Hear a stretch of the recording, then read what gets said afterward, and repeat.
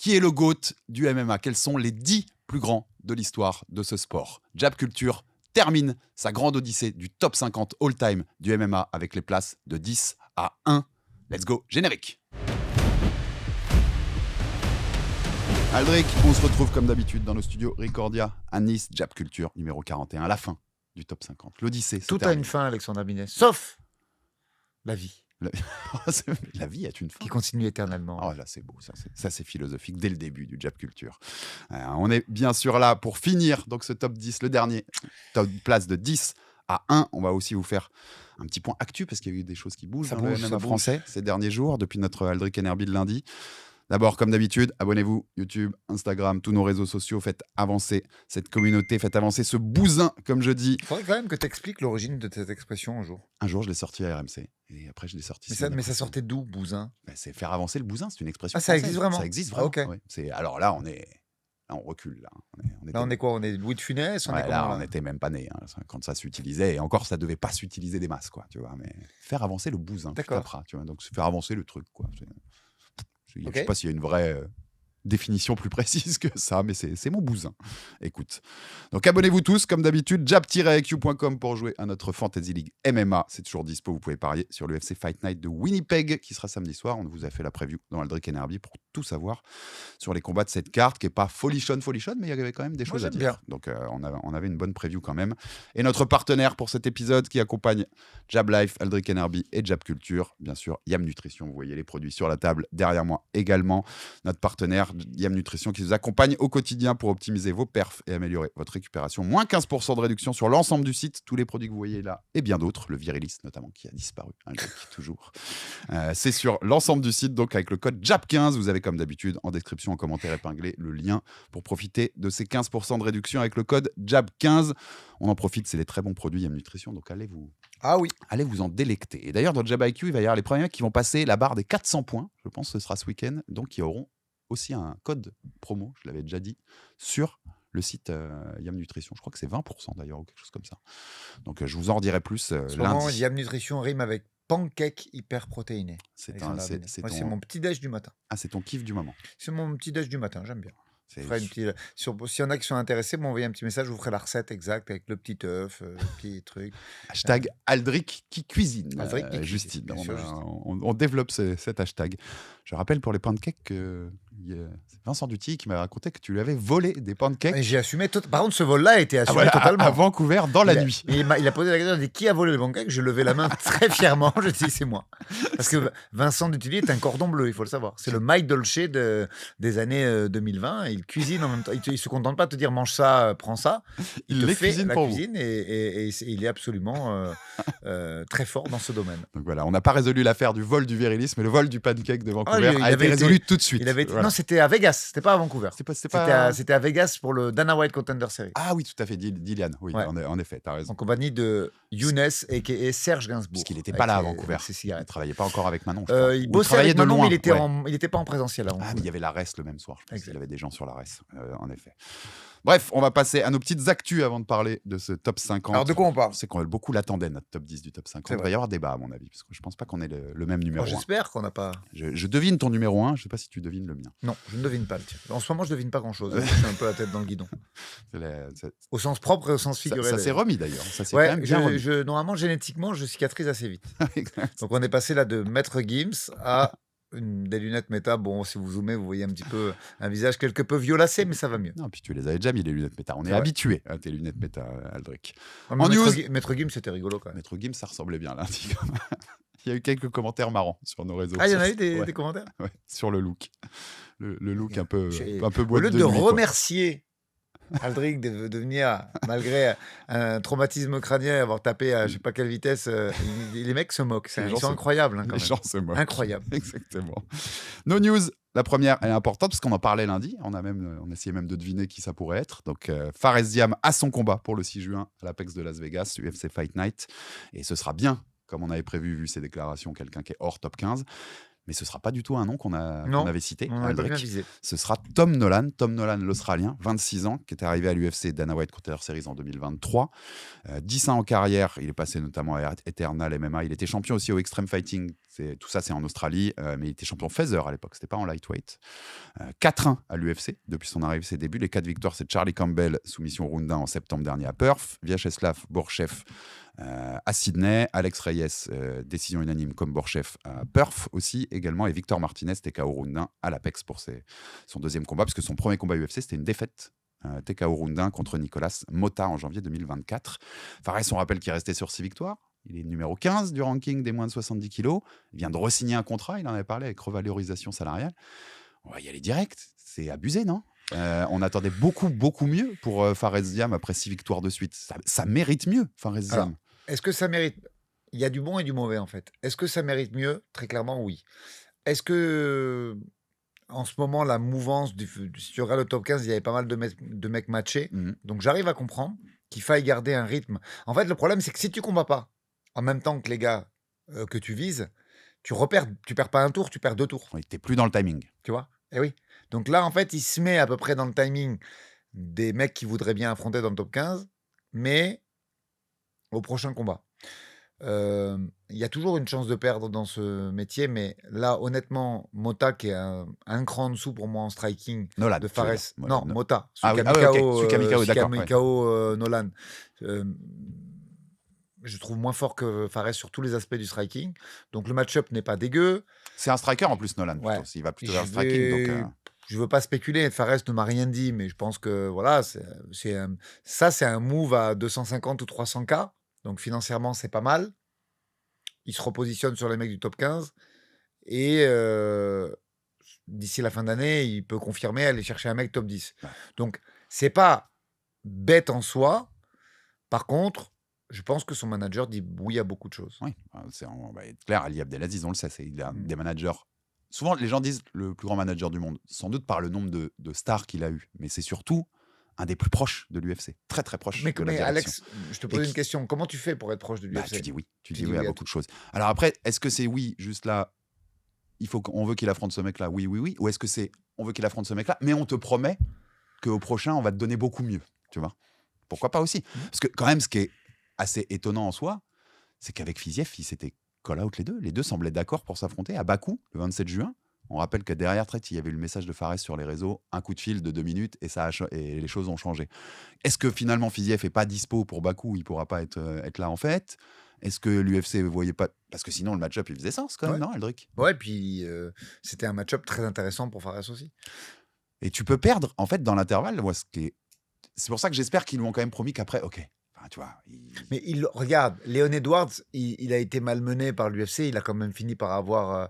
et là où je hurle pas et que je suis quand même modéré dans ma réponse, c'est que pour moi, Fares est fort, très fort même, mais il peut encore y avoir une version très nettement améliorée de lui, et je pense que cette version-là déjà va être très très forte, et il progresse encore en fait.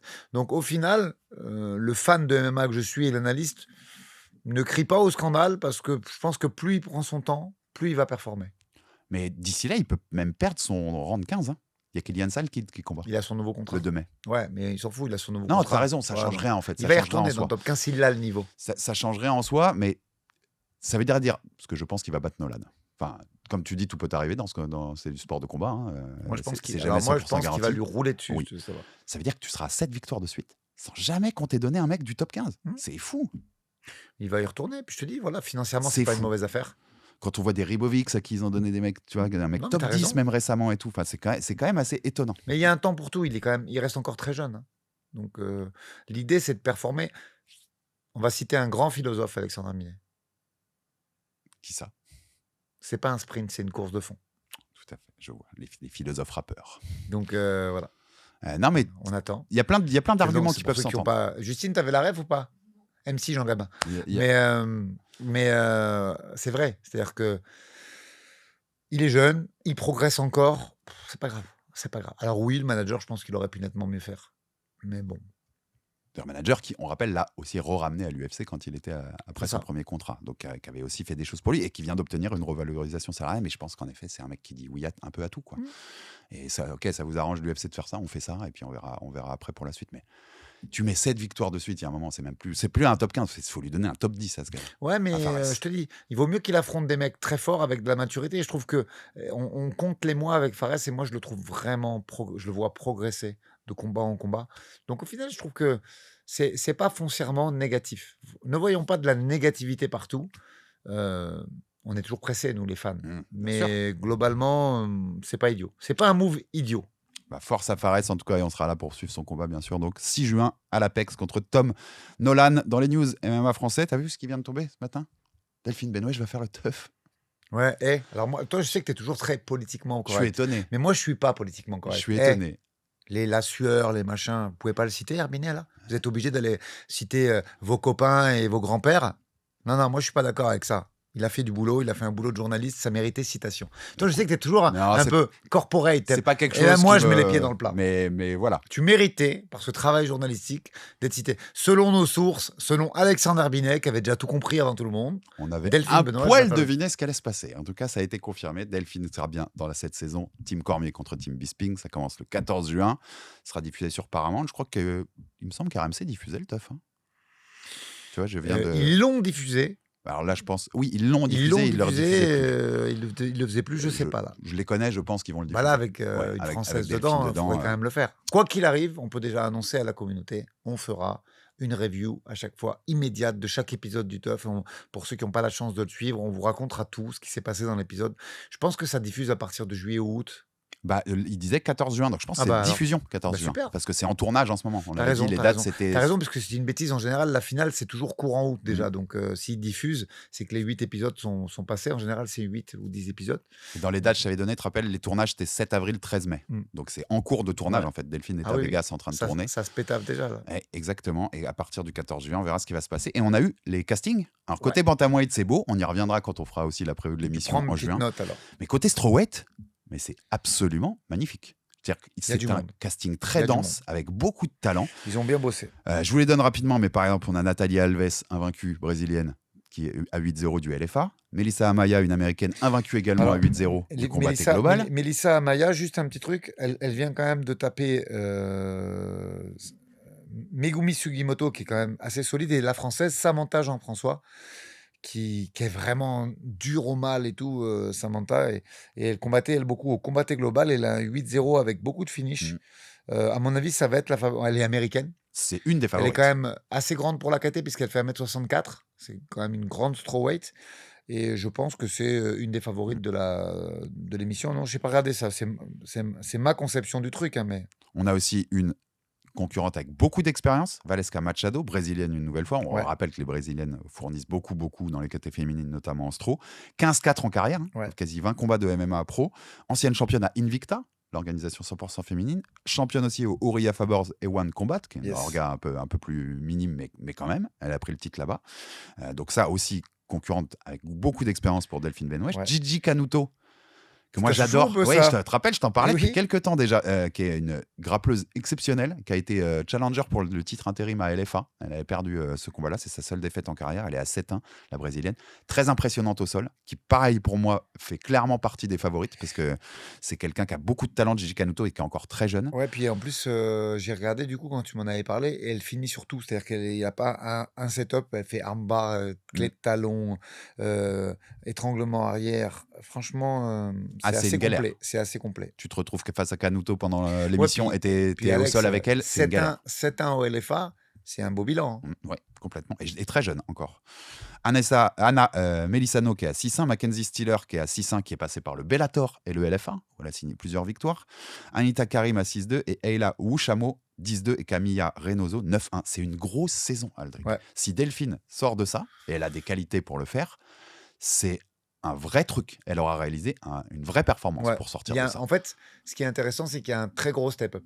C'est-à-dire que par rapport à ce qu'elle a affronté, ça step-up. Maintenant, elle est capable, parce que dans ce qu'elle nous a montré, que ce soit dans ses premiers combats ou à l'ARES, il y avait déjà beaucoup de maturité.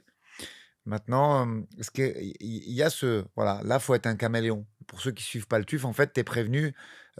Des fois, tu peux savoir quand ton équipe a la main depuis longtemps, mais des fois, tu es prévenu le lundi pour le vendredi, quoi. Donc, il faut anticiper le poids, il faut gérer les entraînements, puisque les filles, elles veulent toutes briller.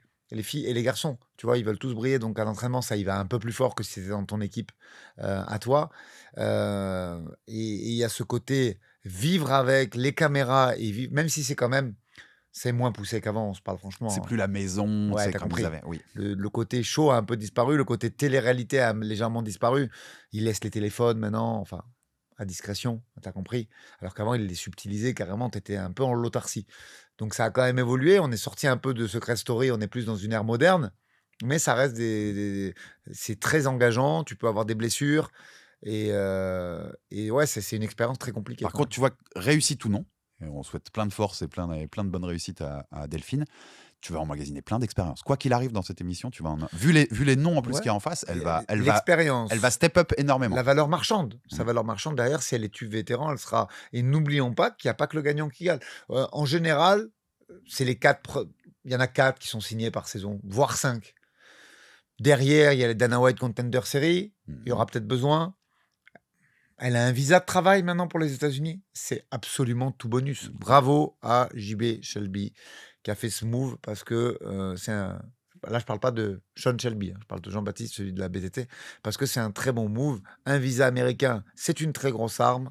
Et la notoriété que tu prends avec ça et ta valeur marchande, elle ne fait qu'augmenter. Ouais, exactement. Et ouais, gros move pour son équipe. Bravo à eux, bravo à Delphine. On lui souhaite plein de force puisque c'est en cours de tournage. Donc on lui envoie toute la force possible. Et, Mais il va être cool à analyser. Même à 61, c'est pas mal. Hein. ah bah, à 61, c'est trop. On y reviendra quand ce sera le moment de l'émission. Mais le roster est très, très, très beau. T'as vu, pour y a pas cette œuvre. je pensais qu'il y aurait pu avoir Tommy Morrison dedans, tu vois. Anglophone, canadien, il n'y a pas. Ce n'est pas peut-être pour les Dana White Contender Series. Il y a plusieurs portes Moi, je préférerais le voir au Dana White. qui peuvent s'ouvrir. Tout à fait. En plus, c'est plus rapide finalement pour Ouais, t'inscrire. parce que là, mine de dans le rien, contrat. il y a 3 ou 4 fights à faire. Hein. Et si la team de Delphine veut des infos sur Gigi Canuto, vous m'appelez. Hein. Pour le coup, j'ai regardé presque tous ses combats. Je t'avais dit, ça fait longtemps que je t'avais parlé. Ouais, Je suis tombé sur un de ses combats. Ça fait 6 ou 7 mois que tu m'en as Je suis parlé. tombé sur un de ses combats, je l'avais adoré. C'est même avant, puisque c'était avant Jab Life. C'était encore à RMC Ah quand ouais, je t'en c'est avais vrai. parlé. Ouais, donc j'étais tombé sur un de ses combats et j'avais adoré son style. Moi, celle que je connais un petit peu, c'est celle qui avait pris effectivement Samantha Melissa Amaya. Ouais. Parce qu'à l'époque, moi, j'aimais bien le combaté global. Ça faisait toujours des bonnes soirées. Ouais, à bien regarder. sûr, c'était Et spectaculaire. Ouais. elle qui était quand même, qui a fait un 8-0 au combatté hein, quand même. Je te dis, ils l'ont épargné au début en lui mettant des filles un peu seconde zone, mais sur la fin du run au combatté, Samantha, Megami Tsukimoto, il y avait quand même du monde. Gillian Noll, il y avait quand même des filles un peu solides.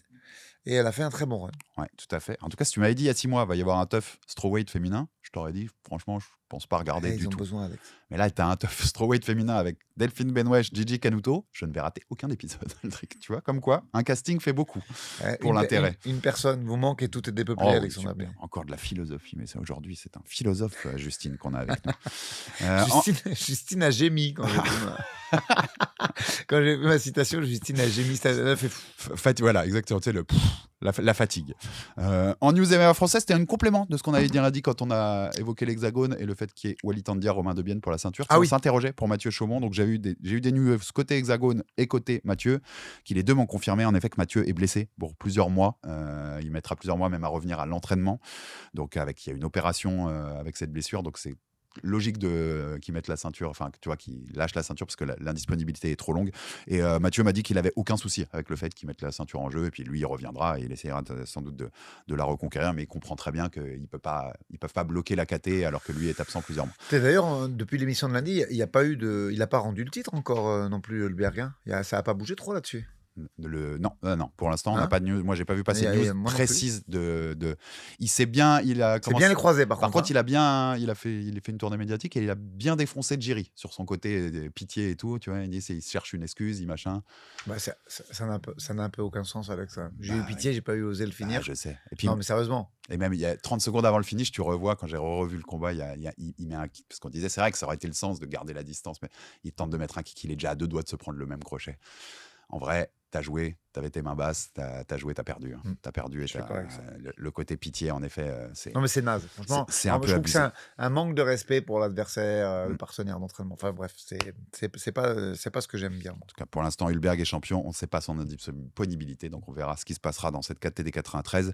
Et les deux petites news UFC avant de passer à la fin du top 50. L'UFC 330, ça a été annoncé, sera à Philadelphie, 15 août. La ville de Euh, Rocky Balboa, Ah oui, chère tout à à fait. Franck Gastambide, Et les qu'on Sixers, salue. et les Sixers, bien Et les sûr, Sixers, ils sont pas mal cette année. qui sont en play-in au moment où on parle. C'est cette nuit, je crois, leur play-in. Ouais. Ouais, contre Orlando, je crois. Et ça Correct. fait la première fois depuis 15 ans que l'UFC aura ils annoncent dans leur communiqué, enfin dans l'annonce qu'a fait Dana, qu'il y aura un combat de championnat à Philadelphie. Donc ça faisait longtemps qu'il n'y avait pas eu un gros truc de ce côté-là. Je crois qu'il y a plus, tu sais, que Joe Pyfer est de Philadelphie. Bah, il y a l'équipe de Gracie aussi, où il y a les. Ouais, enfin, t'as où du il y monde de ce a coin. Sean Brady. Sean Brady, Ouais, il ouais. y a du monde. Hein. Donc, tu as possibilité d'avoir plusieurs locaux plutôt Oui. d'ailleurs, américains qui seront sur la carte. Et finir dans cette même interview, Dana White, il a dit que là c'est pour le sourire, je te demande même pas de réagir, que l'événement à l'UFC n'avait rien de politique. C'est notre cadeau pour l'anniversaire de l'Amérique. Et on termine les news avec un petit croustillant pour la commu. Le dossier Manon Furo avance. J'espère amener des news. Semaine pro. Comme tu avais dit que c'était plus lundi, tu as dit que c'était plus forcément l'International Fight Week de juillet, ça peut être Philadelphie. Ça peut être ce que l'adversaire voudra. En fait, je t'ai dit, on a Très bien. là, je vais être très clair. On a demandé quelqu'un en particulier. Et même si elle demande dans sa salle de bain, on ira se battre dans sa salle de bain. Très bien. On attend. Fight Night dans la salle de bain d'une adversaire. C'est fabuleux. Voilà. Donc en fait, c'est très peu d'intérêt sur l'endroit, puisque quoi qu'il arrive, ce ne sera pas à la maison, point. Mais ouais, c'est une adversaire qu'on a demandé, donc nous plierons à sa localité. Nous attendons ces news avec impatience. Ça sent pour bon. Manon Fiorot. Ça sent bon, les gars. Voilà. Ça sent bon. La Maison Blanche n'est pas un événement politique, Aldrich. Voilà. C'est un cadeau de l'UFC. Ok. C'est plutôt un cadeau de l'autre sens, mais je l'avais déjà expliqué ça. On passe au top 50. On finit enfin cette grande odyssée, Aldrich. Qui sera notre numéro 1 all-time du MMA? On vous a déjà donné, bien sûr, vous avez 4 premiers épisodes qui vont de la place 50 à la place 11. Et maintenant, on va égrener notre top 10. Je vous rappelle, comme d'habitude, les critères. D'abord, on le dit à chaque fois, le subjectif est en numéro 1. C'est notre top 50. Faites votre top 50 à vous dans les commentaires. Faites des vidéos vous, pour à nous votre répondre maison. si vous voulez. Mais c'est notre top 50 à nous. Donc la part de subjectif et de ce qu'on a aimé va prendre une grosse part. Mais il y a aussi bien sûr tous les autres critères. Accomplissement, domination sur une période ou sur une caté, qualité des victoires et de l'opposition, carrière sur la longueur, impact sur le sport parce que c'est important. Et aussi un critère un peu hommage à l'histoire du MMA et à la façon dont ces mecs-là ont marqué leur passage ou la grande histoire avec un grand H de ce sport qu'on aime tant. Aldrich, on rappelle pas de 50 à 11 parce qu'on va, Ça fait long ça quand va même. mettre 10 minutes. Est-ce que donc Justine va l'incruster? on vous mettra le récap total, je pense, Justine, du top 50 final et définitif. Comme ça, tout le monde aura ce rappel-là. Mais on a eu beaucoup déjà de grands noms. Donc, on va voir où on se met, puisque j'avais noté qu'il y avait des manques dans ton top 50. Donc, je vais voir. Ah bon, tu qualifies ça de manque. Je toi. garde, bah oui, j'ai été attaqué sur Daniel Cormier, donc je gardais des billes. Mais d'ici et dans mon. Oh. D'ici, il y est. Je- Mais il n'est pas là. il est dans mes noms possibles. Il n'est pas tout de suite. On passe donc à notre top 10 all-time du MMA qui va s'égrener jusqu'au numéro 1, jusqu'au GOAT de cette discipline. Aldrich, bien sûr, on commence par le numéro 10. Déjà, attends, avant qu'on commence par le numéro 10, je voulais dire, mais... Parce que là, on arrive sur discussion de GOAT, en fait. Qu'est-ce qui compte le plus pour toi dans le GOAT? Je voulais t'interroger là-dessus. Ma vision Ouais. du GOAT, c'est pas que le côté combat, c'est le côté combat, ce que tu as amené pour ce sport, d'un point de vue technico-tactique. La méta, un peu, Ouais, du MMA. ouais. C'est beaucoup ça, en fait. Et tu vois, pour moi, il y a des combattants qui sont bons, qui sont très bons, qui sont excellents, qui sont exceptionnels. Et il y a aussi le style. C'est-à-dire que, est-ce que tu arrives en copiant un petit peu le style de la méta actuelle, mais en faisant mieux que les autres, ou est-ce que tu réinventes ce sport? Voilà, je sais pas si... Moi-même, je me suis pas très bien compris, en fait, en parlant. Mais tu vois, c'est ça. C'est qu'en fait, pour moi, il y a des combattants qui sont arrivés et qui sont pas contentés de copier le move. Tu vois, genre, t'arrives en boîte et il y a du fourreau, la danse brésilienne, et toi, t'arrives et tu danses autre chose. Voilà. Ben, c'est ça le truc. C'est que t'arrives et t'inventes un truc, tu ramènes un nouveau style, même si personne ne le faisait. et t'amènes une autre façon de t'entraîner aussi, tu vois. J'en ai un ou deux, je sais, dans notre top 10 qui sont clairement dans ça. Ouais, Ouais, c'est ça. clairement. C'est ce qui compte le plus dans ma vision. Après, je comprends qu'il y en a qui ont une vision beaucoup plus binaire de fort ou pas fort, Hmm. mais c'est pas mon cas. Ah, moi, je partage un peu tes arguments. Moi, j'ai mis aussi de l'emphase, mais tu verras, sur les défenses de titre à long terme, quoi. Ouais, Un mec qui ça a doit dominé compter. pendant des années et Pour des moi, ça a années. moins d'aspect parce que je te dis, je suis trop proche de ce sport pour comprendre que tu peux perdre, même s'il y a un soir Non, où tu dois perdre et que c'était écrit que tu allais perdre, tu peux rien faire. non, mais c'est dans ce sens-là. Tu vois. Je trouve que défendre sur un très long Non, mais t'as terme, raison. beaucoup de défense, c'est dingue parce que ce sport, tout peut arriver. Tu peux avoir un jour sans, tu peux arriver un peu plus malade, tu vois. Mhm. Il peut avoir un coup qui change un combat et puis tu Exact. finis par Une perdre. coupure. Donc défendre 9, 10, 11 fois comme les recordman de ça, je trouve ça exceptionnel. Donc moi, ça va jouer dedans. Et j'aimais bien, pour entamer ce truc sur le GOAT, j'ai noté une discussion que John Jones et Demetrius Johnson, qui ont fait une vidéo ensemble il n'y a pas longtemps. Et il disait, c'est Jones qui lui dit, les gens, ils nous respectent tous les deux pour différentes raisons, totalement. Et il dit, la vérité, c'est que qui est le meilleur, ce sera toujours une opinion, en fait. Et l'important, c'est d'être mentionné dans la conversation, mais après, chacun a son choix. Et DJ lui répondrait, c'est vrai, et pourquoi il faudrait qu'il n'y en ait qu'un seul? En fait, il n'y en a pas forcément besoin de qu'un. Il y a plusieurs GOAT. Et en fait, je suis quand même assez d'accord. Ouais, Après, c'est là, vrai. on va donner notre classement à nous subjectif. Mais après, t'en Il y as a- un qui va être toujours plus connu parce que les hommes forts, ça se regarde un peu plus que les petites souris. Tu vois, c'est son surnom, hein, je le dénigre pas en disant ça. Mais, Mighty Mouse, la méchante petite souris. mais tu vois, ça, par contre, c'est très relatif. Mais il faut quand même se poser et regarder ce qu'ils ont apporté au sport. Je sais que tu vois, Baba, mon ancien partenaire Fighter Club, disait toujours qu'il aimait, lui, juger en tiers, tu vois, la tier list, Ouais, c'est voilà, pas mal. les en tier plus list. importants de l'histoire. Nous, Ça fait très geek quand même, hein, Baba. Est-ce que tu se tue de console de jeu pas trop en plus. Non, c'est pas trop le genre, mais oui, ça fait tier list, ça fait Twitch, tu vois, les mecs qui font des tier lists. Nous, on a décidé de faire un vrai classement, donc on va avoir un numéro 1 Ça. chacun, c'est obligé. Mais oui, c'est tous les mecs qu'on va égrener là, de toute façon, c'est le top 10 de l'histoire du MMA. Donc de toute façon, c'est des mecs légendaires dans l'histoire de notre sport, quoi qu'il arrive, peu importe le classement qu'on leur donne. Numéro 10, Aldric Cassata de ce top historique du MMA. On rappelle que ton numéro 11, c'était BJ Penn, le mien, c'était Volkanovski. Comme ça, le petit rappel de celui qui était juste avant. Vas-y.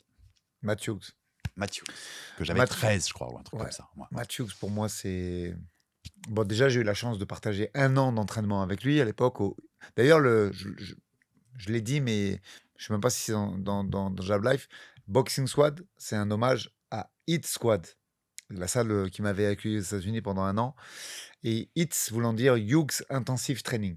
Voilà, ça n'a pas un rapport avec le cardio spécialement. Le HIT, c'était le gym de Matt avec Marc Fioret comme head coach. Et c'est voilà, quelque chose qui a beaucoup compté dans ma vision aujourd'hui de ce sport. Et donc voilà, et là, je te parle de ça, on est en 2009. Mais avant ça, je trouve qu'il a amené des choses dans ce sport. On parle quand même d'une époque les années 2000 en fait, où il amène de la lutte et du grappling. C'est-à-dire qu'il y avait déjà individuellement des lutteurs, des boxeurs. C'était un peu l'essence, tu vois, dans ces années-là, 90, 95, 2000. Tu avais des mecs qui étaient un peu unidisciplinaires. Et lui, il a quand même amené une grosse shape. C'était déjà un gros 77 pour l'épaule. Malgré c'est 1m75, il était très dense. Enfin, il n'est pas mort, hein. Il est toujours très dense d'ailleurs, même si on sait l'accident qui a été le sien et qui fait son physique aujourd'hui. Et en plus d'être un gros lutteur, ça frappait au sol. C'était capable de soumettre. Et il avait une très très bonne notion de grappling. C'était un très bon grappleur. Donc je trouve que à son époque, et il faut pas le ramener même si parce qu'il il a été actif jusqu'à tard, hein, puisque son dernier combat c'est 2011 contre Josh Koscheck, un peu comme une passation de pouvoir avec Josh qui était aussi un gros lutteur. On est loin de son prime. Non, voilà, on est loin. c'est ça. Mais il y a plusieurs. C'est un des premiers qui défend son titre sur la longueur, tu vois, par rapport aux critères que je donnais avant, qui bat toute sa génération de welter sans souci, qui va même battre JSP, hein, même si derrière il y aura revanche. Donc c'est un mec qui a été un des premiers grands noms sportivement de cette UFC, je trouve, enfin tu vois, qui a mis sa patte sur une KT pendant longtemps et à dire c'est moi le meilleur, le numéro 77 de cet orga. Il n'y a pas photo, c'est moi, c'est Matthews. Qui a amené aussi beaucoup dans le style, t'as raison, dans ce qu'il apportait dans la cage. Et après, pour moi, il y a un run avec une défaite. On l'a pas si loin, tu vois, on a 13-10. C'est un mec qui est de toute façon dans ces rangs-là. Pour moi, c'est 2001-2006 son run, même si en plein milieu du run, il y a une défaite contre BJ Penn en 2004. Mais globalement, voilà, ce run-là avec 2 mots, hein, Sakurai, Newton, Sherk, Trigg, Renato Verissimo, et Charuto, et GSP, refrant Trigg derrière, Joe Riggs, Royce Gracie, et il venge BJ Penn. Oui, c'est très solide. Enfin, c'est ultra Voilà le solide. truc, quoi. La qualité des mecs en plus de l'opposition. Après, voilà, le run s'arrête avec Georges, qui va amener un autre degré de légende encore. Et le passage, il est beau avec Georges parce que, bah voilà, Georges, il ramène les mêmes choses au sol, peut-être encore plus fort en lutte parce que plus complet, mais avec en plus une dimension striking. Bah, t'as compris. Oui, c'est vraiment terminé. plus que 2.0 en fait. Voilà. Il amène Mais en fait, pour moi, GSP, dans sa construction, c'est un Matthews 2.0. mais j'aime beaucoup le truc et qu'il y a un côté en fait avec ces deux mecs là qui sont dans le top des plus grands de l'histoire. T'as en effet un côté évolution du MMA. Ouais, en c'est fait. ça. Matthews. C'est pour ça qu'on a de la chance GSP. qu'ils se sont affrontés Ouais. parce que voilà, t'as un peu l'ancienne version Mhm. entre la nouvelle version, c'est absolument le passage de témoin. Et puis surtout, il s'est pas fait tout de suite. C'est-à-dire que l'ancienne version a d'abord gagné Mhm. avec un grappling un peu plus avancé, et après la nouvelle version a gagné. J'aime beaucoup le passage de témoin sur les deux. Tout à fait, et ça me permet de rebondir sur mon numéro 10, puisqu'on en avait déjà parlé à la fin de l'épisode précédent, que c'est Max Holloway, et qui a aussi en fait un passage de témoin avec José Aldo. Je t'ai dit pourquoi je l'ai mis, parce que notre débat en fin d'épisode, tu te rappelles, c'était pourquoi je le mets devant Volk. Ouais. Et pourquoi moi je l'ai à une place, 11 et 10, tu vois, on n'a pas un énorme écart. Mais c'est aussi pour ça. Puisque j'avais été assez sensible à ton argument, je te l'avais dit, j'accepte quand un argument est bon. Pour info, Holloway, moi je l'avais mis 16. Qu'un mec qui apporte quelque chose de différent et qui fait passer une méta au sport, elle est importante. Et le méta du volume dont on avait parlé quand on a débattu l'émission qui est toujours sur YouTube, Volkanovski ou Aldo en featherweight, tu disais la différence aussi c'est avec l'époque d'Aldo, c'est le volume. Ouais. C'est qu'aujourd'hui, on est dans un MMA beaucoup plus.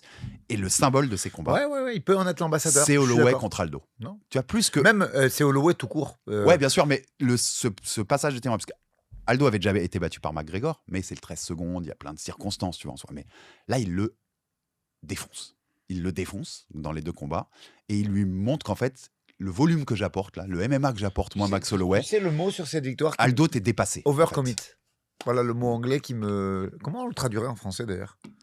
Trop s'engager, mais... Je sais pas, mais c'est vraiment le mot qui me vient sur cette victoire de Holloway contre Aldo, tu vois. Il a overcommit. C'est-à-dire qu'Aldo n'arrivait pas... Il y avait trop de volume en face, il n'arrivait plus à gérer et les feintes, et l'impact, et les frappes. Et tu as raison. Je pense vraiment qu'il peut en être cet ambassadeur. Je réfléchis en même temps, hein, j'essaie de réfléchir, mais ouais, je pense que c'est Max le plus, qui a amené ce volume, cet ultra volume en fait. Et en fait, tu vois, cette victoire-là très symbolique, parce que face à lui, il a un mec qui est un excellentissime striker, José Aldo, tu vois, mais qui en fait est dépassé par ce que lui propose l'autre en face ce soir-là.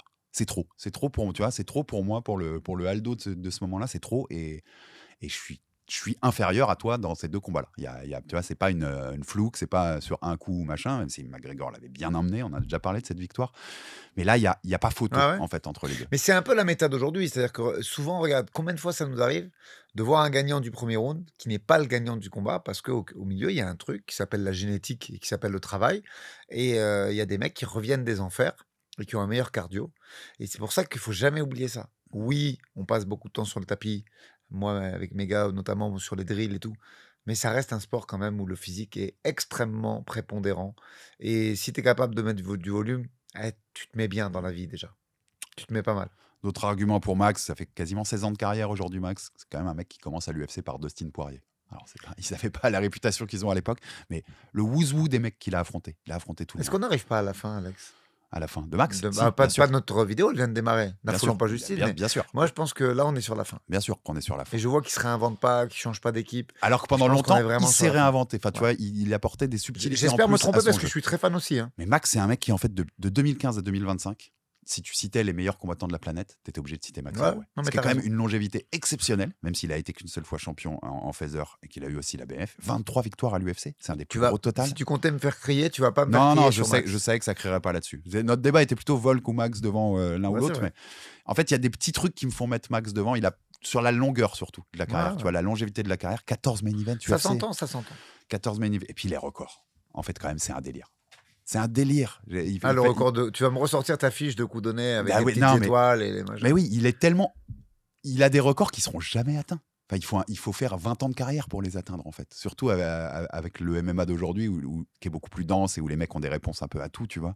Mais le record de coups significatifs total, se tenter sur un round, sur un combat. Calvin Kattar, il apparaît 12 fois dans la liste de ses records, c'est toujours Kattar. Il a des records en feather aussi beaucoup avec ça. Tu sais qu'il a des records en lightweight alors qu'il n'a pas fait beaucoup de combats. Rien qu'en lightweight, coup significatif tenté sur un combat, c'est lui.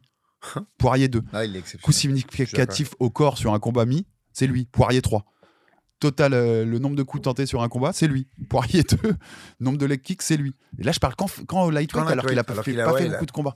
Donc, tu vois, il a quand même un truc, quand tu parleras striking au MMA et à l'UFC, tu seras obligé de citer Non, ce mais t'as mec. raison. Et il est dans les records. Et oui, le graphique que je t'avais dit, où il est tout seul, tout en haut sur ce nombre de coups, enfin, c'est complètement un mec qui a marqué son époque et qui restera, je pense, à vie dans les livres de records de l'UFC. Oui. Il y aura toujours trace. Il y a des trucs qu'on va avoir du mal à lui enlever. Ça, Ouais. je suis d'accord avec toi. Il y aura toujours trace de Max Holloway. 7 bonus aussi bien de Fight of the Night. 7 victoires sur des anciens champions. Undisputed ou intérim. Oliveira, Pettis, Aldo x2, Edgar, Rodriguez, Gedji, Poirier.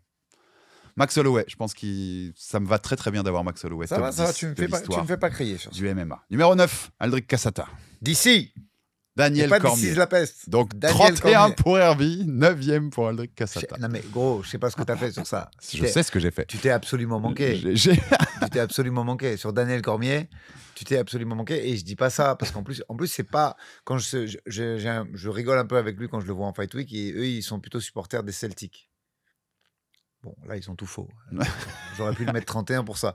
Mais, plus sérieusement, moi qui supporte les Knicks... Donne-moi les arguments pour l'avoir top 10, puisque moi, tu sais que je suis pas d'accord. Mais moi, je trouve que l'accomplissement... Déjà, moi, j'aime bien cette transition lutte de très haut niveau, MMA. Déjà, ça me touche. Tu sais que la lutte, c'est quelque chose d'important. C'est une grande histoire d'amour avec moi, la lutte, même si je viens pas de ça à la base. Déjà, ça, j'aime bien. Et moi, ce côté de je combats à 93, mais je monte pas parce qu'il y a mon copain qui est aussi champion poids lourd, mais je peux monter en lourd et après il monte en lourd.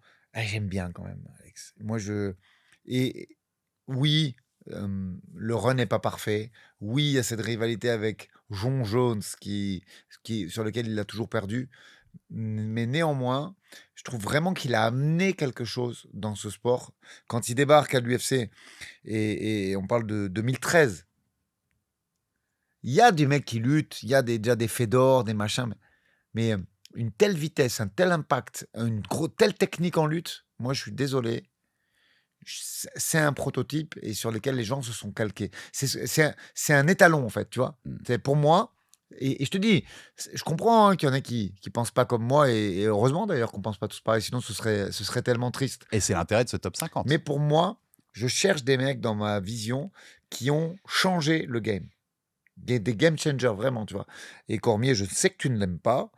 Mais de toute façon, je vous renvoie à l'épisode 3 où j'ai mes arguments à moi, mais il n'y a pas assez de grosses victoires pour moi. Oui, mais à part la data, tu parles Monsieur Data. À part Miocic. Mais il n'y a pas que la data. Il y a aussi l'influence dans le game. C'est-à-dire que ce mec arrive, il est sportif de haut niveau dans une autre discipline. Et en 2013, est-ce qu'il y en a tant que ça? Non, mais j'ai... Tu vois? Est-ce qu'il y a tant de mecs qui arrivent et qui disent « Eh oh, je suis un des meilleurs du monde dans le lutte ». Alors, tu vois, moi, j'ai pas l'impression qu'il ait eu une grosse influence. J'ai pas vu beaucoup de mecs derrière, que ce soit en lourd ou en light heavyweight, faire du Cormier. Il y en a plein qui ont essayé. Mais après, les qualités, il avait quand même... Et ok, il est un peu grassouille avec son visage Rubicon, mais l'explosivité, ce qu'il était capable de faire, ses setups de lutte, le chain wrestling qu'il a amené à ce niveau, c'est lourd, Alex. Pour moi, c'est extrêmement... En fait, il symbolise... Et surtout, quand tu regardes ses combats, après je te donne la parole, ouais. Mais quand tu regardes ses combats en 2013... Ah oui, il y a ça aussi, que je voulais faire partager avec la commu Jab Life. La plupart des mecs que je vais citer... Hughes, à la limite, mais je trouve que quand tu regardes Hughes GSP, ça a bien vieilli. Moi, j'ai envie de regarder des mecs qui font du MMA déjà moderne, mais dans ces années-là.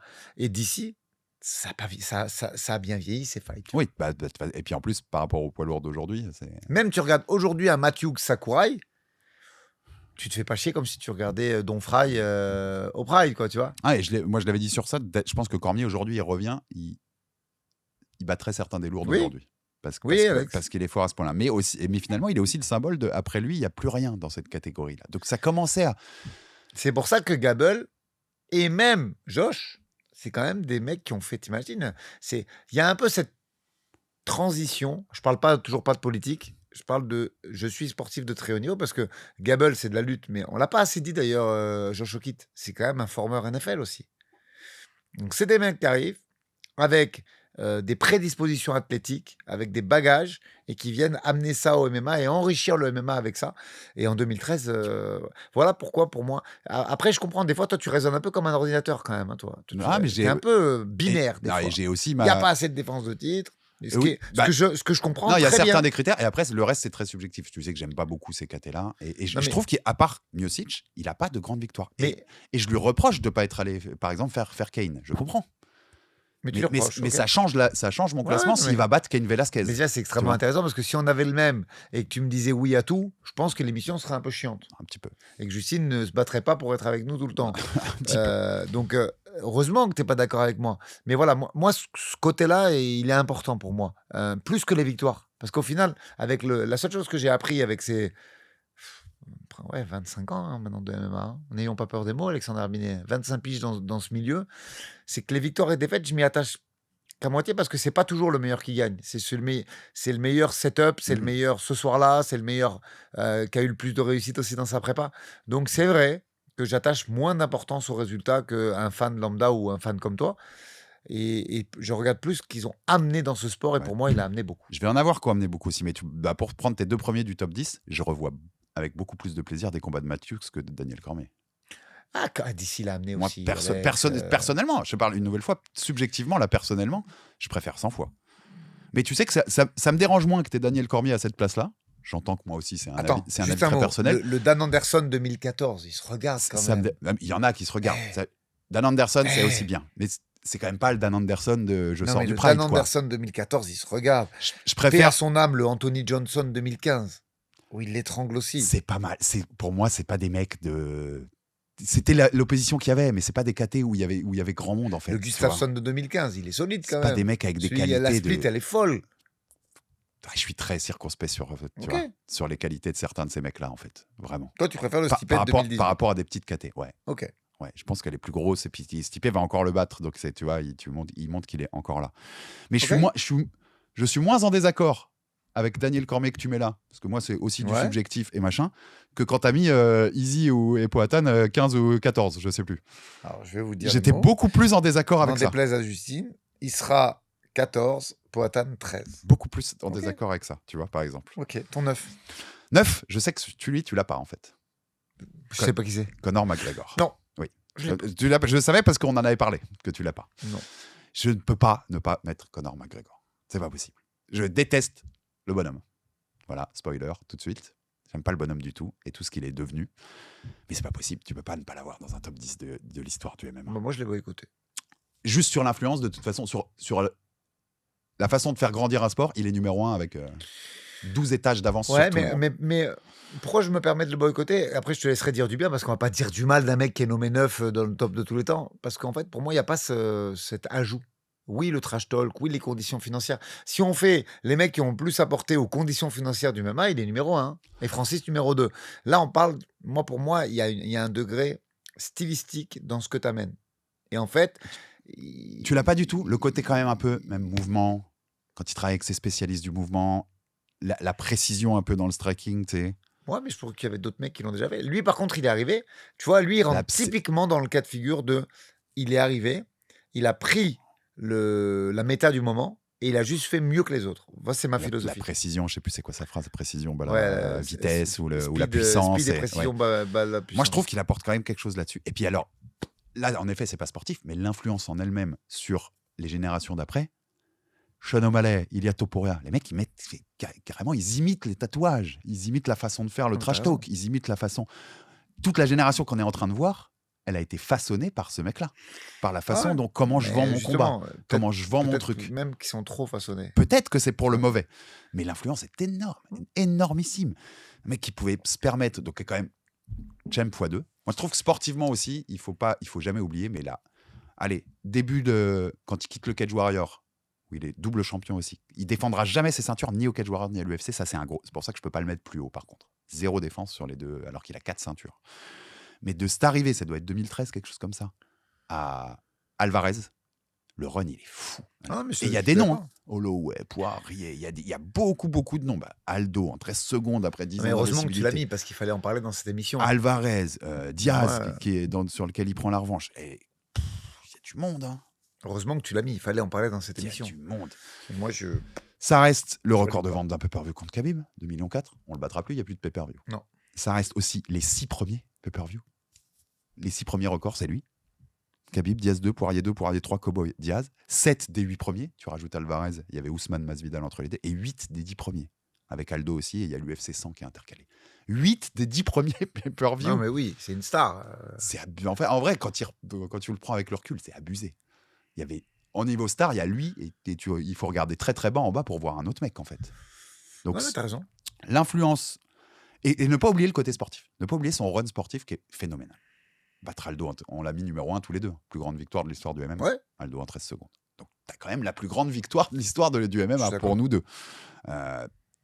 Sportivement, je pense que des fois, il est même trop oublié. On parle trop de l'influence. Je sais pas si tu vois.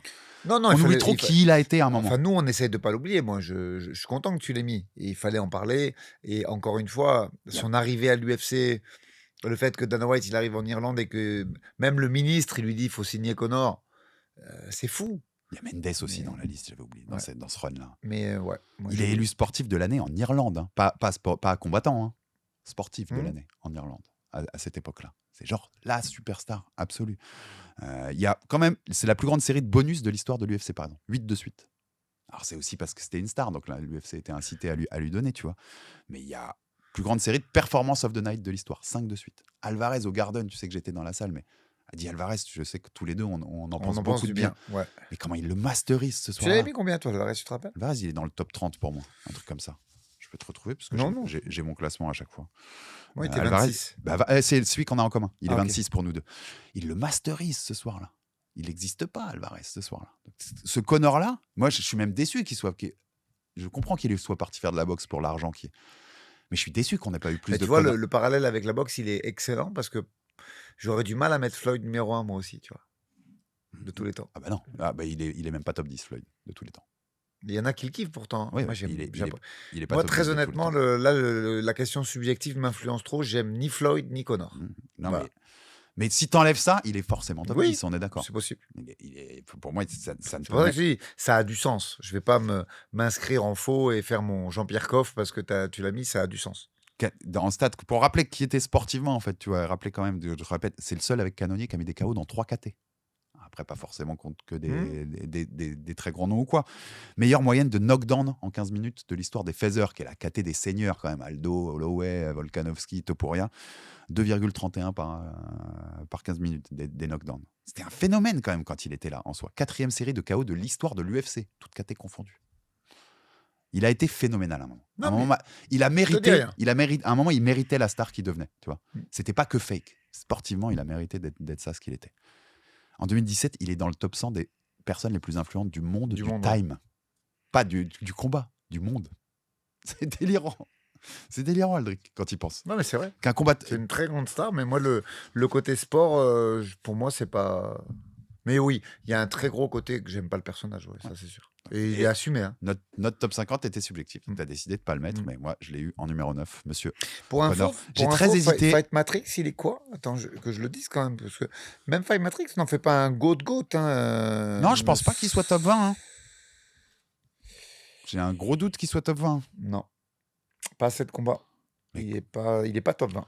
Et Il là, est même pas. Non, il est même pas top 30, Alex. tu vois, Tu vois mais sur l'influence, il est pas sportive, hein, mais l'influence globale, il est numéro 1. Il a Et tellement tu fait vois, moi, passer. je suis content d'avoir un Fight Matrix. Il est même pas top 35, voilà, si tu veux la vérité. Il a fait passer Voilà, le fin MMA du dans débat. une.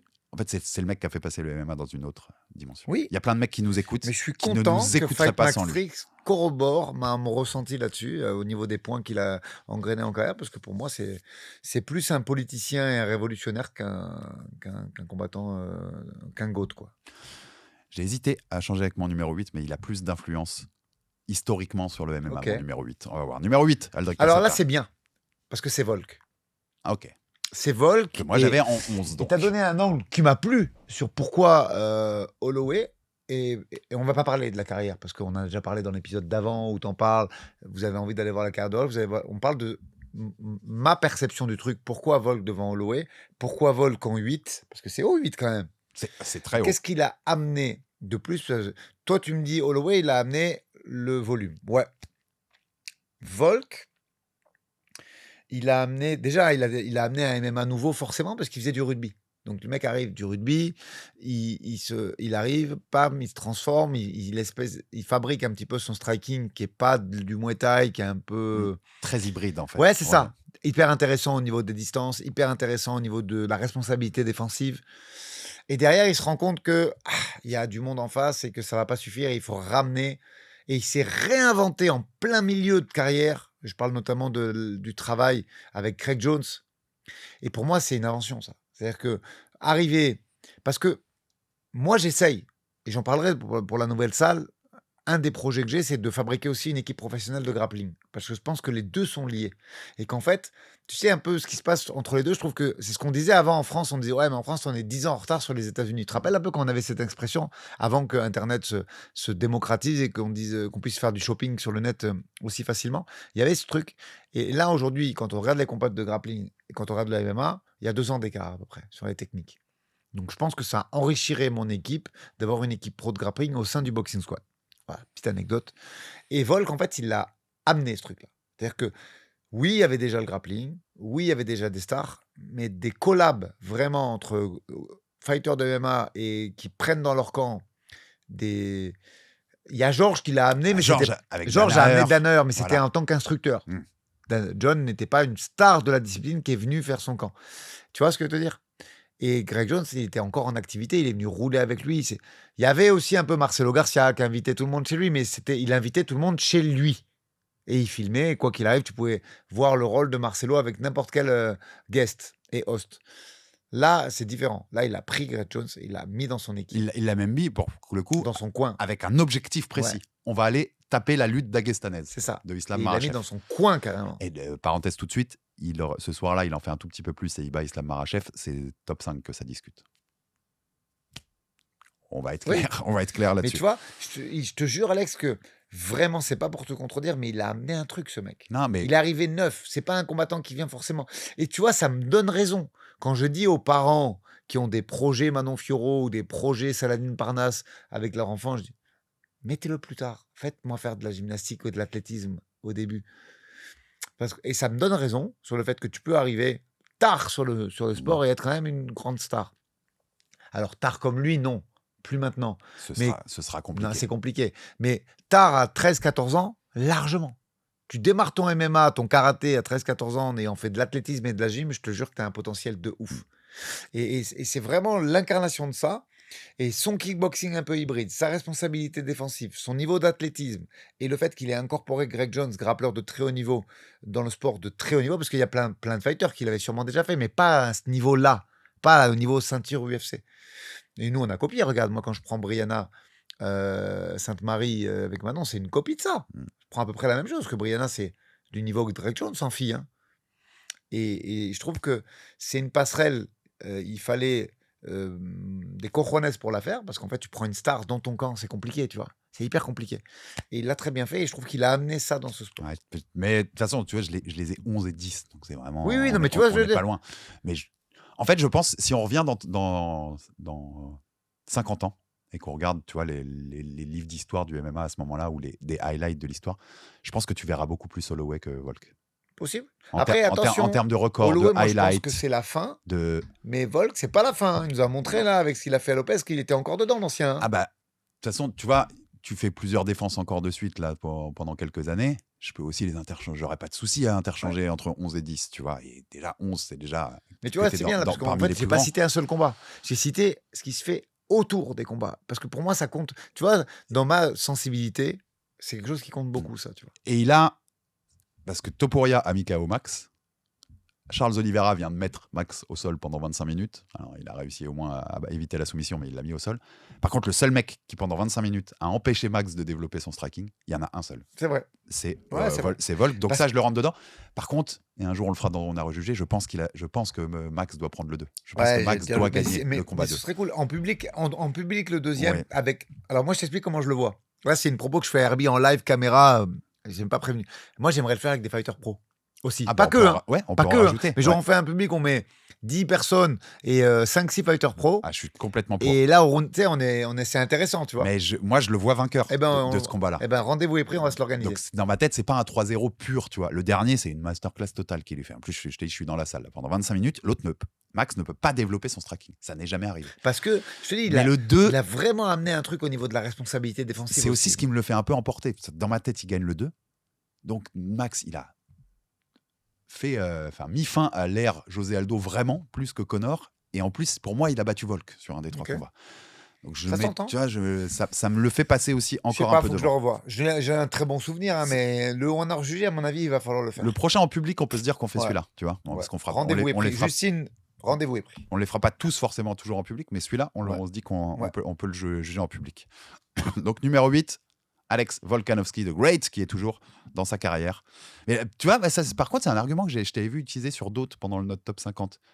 Pourquoi tu peux mettre Volk et Poatan, mais que tu me disais Topuria, je ne le mets pas, il est encore en carrière? Non, mais parce que là, on est sur quand même la fin. Même si globalement, il est encore frais, on est sur une fin. Ouais, tu juges quand même une carrière assez globale, là. Allez, il reste 2 piges maxi, Topuria. Alors, on va savoir s'il faut, il nous fait une islam et il s'arrête dans 2 ans. Mais sur le moment, ou une Conor un peu, tu vois. Ça se trouve, dans 2 ans, c'est fini, en fait. Pas une islam, une Khabib. Ouais. C'est Khabib qui a arrêté à 32 piges. Ça se trouve, Topuria, il arrête sur le super papier, tôt, pour moi, c'est trop tôt, Topuria. C'est un de mes, on dira à la fin. Topuria, c'est un de mes petits, c'est mon seul regret. Moi, j'en ai pas parce que pour moi, je voulais le mettre un peu plus haut. Et tu vois, sur mes fiches de tueur en série, là, comme dit Justine, il a pas fait assez de points Fight Matrix. Pour moi, c'est pas la référence, mais c'est une data dans mon choix. Ah, mais moi, je t'avais dit, c'est aussi le combattant que c'est, en fait. C'est extraordinaire. Il en manque. Topuria, il en manque. Donc, je te dirai à la fin, mais je l'aurais mis un tout petit peu plus haut que ce que je l'ai mis, en fait, avec du recul. Numéro 8 pour moi, Rabib Nurmagomedov. The Eagle. 29-0, invaincu, bien sûr. C'est bas, quand même. C'est pas... Alors, je vois pas comment tu mets les sauts que j'ai après et avant.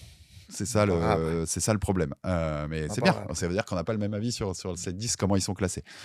The Eagle, on rappelle l'ancien champion lightweight. Je te dirais pourquoi je trouve ça bas quand j'en parle à ma 5e place.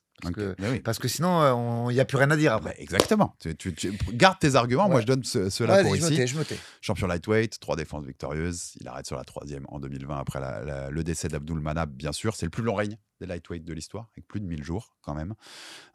13 victoires de suite, 13-0 à l'UFC. C'est la 5e série. Il y en a plein qui sont à 13 victoires de suite, d'ailleurs, dans notre top 10. Il y en a plein des grands de l'histoire qui se sont arrêtés à 13. Moi, il est top 10 parce que de toute façon, il a amené un truc qui est... C'est le premier vrai mec. Pour info, il est 13 Fight Matrix. Tu sais exactement ce qu'il va faire. Et tu peux rien faire contre ça. Et je trouve ça extraordinaire. On en avait déjà parlé pour je sais plus qui, d'ailleurs, dans ce top 50. Quand le mec, tu sais, tu peux préparer tout le combat. Ok, il va faire ça. Il va me lutter. Mais en fait, c'est tellement étouffant que tu peux strictement rien faire. Il te concasse en lutte pendant 15 ou 25 minutes, au choix, selon si c'était pour le titre ou pas. Donc, ce style imposé comme personne, pour moi, il me rend incontournable du top 10. Après, il me manque un peu de longévité, en fait, pour le mettre plus haut. Puisqu'il n'y a que 4 combats pour le titre. 4 combats pour le titre, dans 3 défenses. On a déjà rejugé un combat qui aurait pu être une défaite. C'est pas officiellement, il est invaincu, donc j'ai pas de problème avec ça quand même. Le début de carrière, même si c'est beaucoup moins simple que les gens du public qui disent il a affronté que des peintres les 16 premiers combats. Non, il y a des mecs qui ont bien vieilli qu'il a affronté tôt en carrière, mais qui ont plutôt bien vieilli dans sa liste là. Mais c'est pas non plus foufou. On va pas, tu vois, c'est pas le début de carrière le plus dingue qu'on ait vu. Donc ça, il me manque un truc sur la longueur. S'il reste 3-4 ans de plus, il bat Oliveira. Tu vois, il rebat 2-3 mecs derrière, un peu comme ça. Vraiment, il termine les lightweight. Je peux discuter plus haut. Ça me manque la longévité, là. Okay. Ça me manque le règne plus long, en fait, pour ce mec-là. J'entends, et puis tu le mets mieux que Fight Matrix, donc c'est quand même... Non, ça s'entend. Mais, et l'influence... Là, je te contredis pas. L'influence est extraordinaire. Je te dis juste, je l'ai mis plus haut. Tu me donneras tes arguments après. Le record de pay-per-view, c'est pas que Conor, c'est lui et Conor. On a vu Conor en a fait avec d'autres, mais c'est avec lui qui monte à 2,4 millions. Il y a une influence énorme sur le monde musulman. Il est le premier champion musulman, je crois, de l'histoire de l'UFC. Donc il y a aussi une influence sur le MMA dans tout ce monde-là, donc qui est énormissime. Je suis pas très fan du personnage en soi, je veux dire en soi. Une certaine réflexion qu'il a pu avoir, lui, mais c'est très perso. Mais le sportif, il est incroyable. Et là où il amène une autre dimension quand même, par exemple d'ailleurs qu'un Conor ou autre, c'est que c'est devenu un coach extraordinaire, quoi. Ouais, il continue à laisser Ouais. son empreinte sur le sport. Et il va laisser pendant longtemps son empreinte ce sera la team Rabib, tu vois, alors que c'est Abdulmanap, le patriarche de cette team-là en vrai, enfin, tu vois, le cerveau de départ.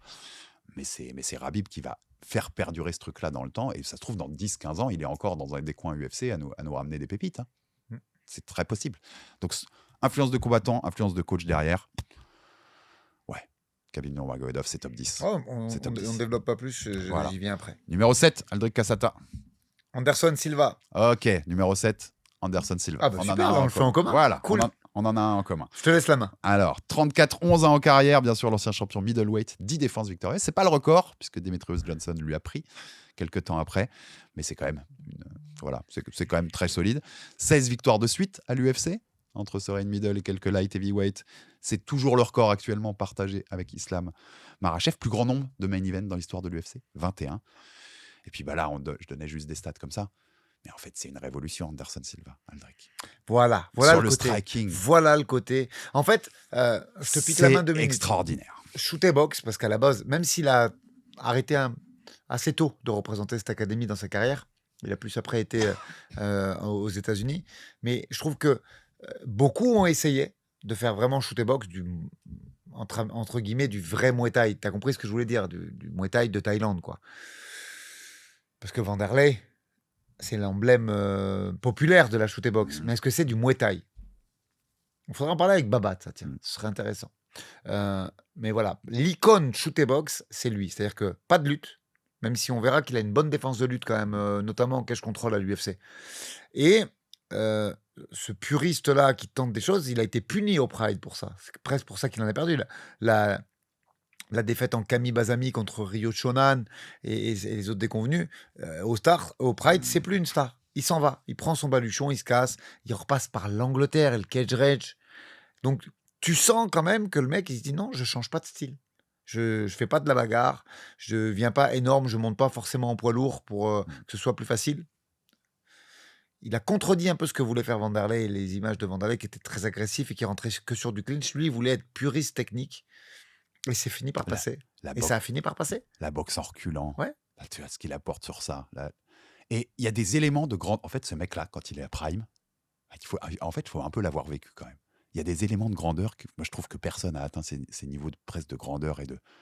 Mais c'est ridicule ce qu'il fait. Le KO de Forrest Griffin. Bonnard. Ouais, le coup d'œil. Parce que c'est pas qu'un tacticien, c'est une lecture du jeu. C'est un coup d'œil, c'est exceptionnel. L'irrespect à Bonnard. Vas-y, viens. Vas-y, je retourne contre la... Viens. Mais c'est pas... Tu vois, c'est un mec qui était lunaire, qui apportait un truc. C'est un artiste. Voilà. C'est un vrai artiste. Un artiste, exactement. Et qui est un sport, tu le connais, tu le sais 10 fois mieux que moi. C'est un sport très difficile, le MMA. Il y a beaucoup de couches pour être un bon combattant de MMA. Il le faisait passer pour facile. Tu regardais Anderson Silva face au meilleur de sa catégorie au monde, c'était easy. Ouais. Je te rends le truc tranquille. D'ailleurs, c'est rigolo. Adesanya, c'est une passation de pouvoir, mais c'est pas la même que passation de pouvoir que GSP Hughes, parce que il a amené un très très gros kickboxing, mais il y avait plus Muay Thai. Adesanya, c'est pas un spécialiste du Muay Thai, tu vois. Ce Muay Thai, on n'en a pas eu. On en aura peut-être avec les Thaïlandais qui arrivent maintenant, cette nouvelle génération, mais vraiment l'ambassadeur pour moi du Muay Thai, des coups de genoux sautés, Maguire des front kicks, qui était l'homme-toi au visage, les tips troncs, les tips. Non, mais c'est extra. Je te jure, c'est pas vraiment. Il y a même une dimension dans sa facilité qui lui coûtera, en fait. Chris Weidman, c'est aussi son côté facile et, tu vois, et un peu provocateur. Attends, est-ce qu'on prend en compte ce qu'il est encore capable de faire en anglaise aujourd'hui? Non, mais c'est pas du MMA, mais t'imagines la technique du gars à 52 balais. Sa technique est extraordinaire. Ou 50 ans. Et un jeu presque... Dans sa facilité, il emmenait les mecs à faire les erreurs. C'est-à-dire qu'il y avait un jeu mental aussi. Bonnard, Griffin, il les pousse à faire ce qu'ils vont faire et à les punir comme il les punit. On se rend même plus compte en fait de Anderson Silva, c'est un des mecs que je trouve qui est le plus pas oublié parce qu'il est toujours cité, mais les mecs se rendent pas compte de qui était Anderson Silva. C'est un délire. Après, plus ça vieillit, regarde, il y a des gens qui vont froncer les sourcils sur Matthews. Ouais, bien sûr. Et plus ça vieillira, plus on oubliera en fait Anderson. Mais c'est complètement délire. Ouais. Pour le symbole. Et ça se regarde encore aujourd'hui. Hein. Ah bah ça se regarde avec grand plaisir. Belfort. Le KO, le front kick. Et tu sais que moi j'avais parlé à des mecs au Brésil, notamment avec Guilherme Cruz qu'on a cité l'autre jour, le journaliste de MMA Fighting. Le Brésil, le MMA était déjà grand. Ce jour-là, ça explose encore plus le MMA. C'est-à-dire qu'il fait encore plus exploser dans un pays qui est déjà un grand pays de MMA. Il apporte encore un truc, Anderson, avec ses performances. C'est quand même Non, c'est une légende. Et pour le clin d'œil, puisqu'il est au Pride, c'était moins blessé, mais quand Dan Anderson arrive champion du Pride, il unifie contre lui. Il unifie, non officiellement, mais les titres UFC et Pride en lui faisant, pareil, une masterclass à Dan Anderson qui est très très fort à ce moment-là. Anderson, plus grand règne de l'histoire de l'UFC sur un règne. Je te laisse faire de la data maintenant. Moi, j'ai donné ma sensibilité. 2457 jours, c'est le plus long. Il n'y a jamais eu plus long dans l'histoire de l'UFC. Record de finish avec 9, de KO, 7 et de knockdown dans des combats pour les titres UFC. Toutes catés confondues. Avec la rotation du stylo, c'était absolument exceptionnel. C'est Monsieur Anderson Silva et c'est de toute façon top 10 de l'histoire du MMA. Là, du coup, et 7e pour nous. Relayé, c'est Reparole à toi? Non, c'est Reparole à toi avec le numéro 6 après notre 7. Tu connais très bien mon numéro 6. Et tu l'aimes José beaucoup. Aldo. Ok, il est un poil plus haut. Il n'est pas numéro 1, je te spoil déjà, mais il est un peu plus haut pour moi. Numéro 6, José Aldo. Vas-y. Ouais, parle-moi de José sur ce qu'il a apporté. Tu l'as, donc je vais pas te parler de. Je te laisse mettre la data sur les titres, sur les trucs. Tu vas nous dire encore que c'est le plus jeune champion du WEC et patati. Je te connais, mon Herbie, tu te refais pas. Mais pareil, je parlais d'Anderson Silva, qui a amené beaucoup de choses, notamment sur l'authenticité du Muay Thai et du style shoot et box. José Aldo, c'est une autre pour moi, c'est une autre perception. C'est-à-dire que il a amené ce qu'a amené Anderson, mais avec un niveau d'excellence, égal ou légèrement, tu vas me sauter dessus, mais légèrement inférieur à Anderson de façon offensive, mais très très nettement supérieur sur la responsabilité défensive et sur la défense de lutte. C'est-à-dire que, voilà, ok, sur le Muay Thai, c'était très fort, Aldo, les low kicks et tout ce qui va avec l'anglaise, qui a bien vieilli. Un peu peut-être en dessous d'Anderson sur ça, mais par contre, derrière, il a amené vraiment dans ce MMA moderne, parce que c'est bien de striker, et Anderson avait fait le choix, lui, de ne pas défendre la lutte et de travailler au sol. Et José, lui, il est arrivé, il a dit non, mais attends. On peut très bien ne pas tomber face à un lutteur de très haut niveau, même si, sur le papier, en lutte, j'ai pas le même niveau que lui. Et lui, il a rendu ça possible. Parce qu'il y en a plein, quand même, qui disaient non, mais s'il veut te faire tomber, le mec, il tombe. Et non. Et il l'a montré. Et pour moi, tu sais ce que c'est son combat de référence, Alex? C'est une défaite. Et là, je suis sûr que si tu me regardes dans les yeux, tu sais quelle défaite je vais parler. Vas-y, dis-moi. Aujourd'hui, qui lave tout le monde en lutte dans la division? Chez les Feathers? Attends, donc... Il n'est pas champion en ce moment. Non. Pour moi, je crois que ce soir-là, il arrête 17 takedowns. Merab, donc en bantam. Je pensais à Feather, en fait. Donc en bantam. Pour moi, son combat de référence, je te jure, pour moi, le combat où il a le plus montré son style, c'est Merab, même s'il le perd. Parce que le recordman de l'histoire des takedowns de l'UFC n'arrive pas à le takedown. C'est fou quand même. Mais oui. Mais c'est la méta, moi je trouve qu'il est hyper important. Mais il invente un truc. C'est le striker anti-lutte. Ouais. Le niveau de striking est exceptionnel. Mais ça n'existe pas. Notamment les années au WEC. Il y a des délires. Mais est-ce que tu es d'accord avec moi sur le fait que c'est peut-être un poil en dessous d'Anderson? Oui, mais il y a la dimension en plus. Il y a le MMA complet. Exactement. Beaucoup plus global. Et c'est quand même. Moi, je te l'ai déjà dit quand on a fait le débat. Personnellement, le prime d'Aldo, j'ai jamais vu un mec plus fort en MMA. Ouais. Bah regarde. Il y en a un autre que je vais citer plus tard aussi dans mon. Il y a un mec que je peux mettre au niveau c'est mon sur le je pense MMA que c'est global. mon goat. Peut-être qu'on a le même, ce serait fou. Je pense que c'est mon goat, mais ah non.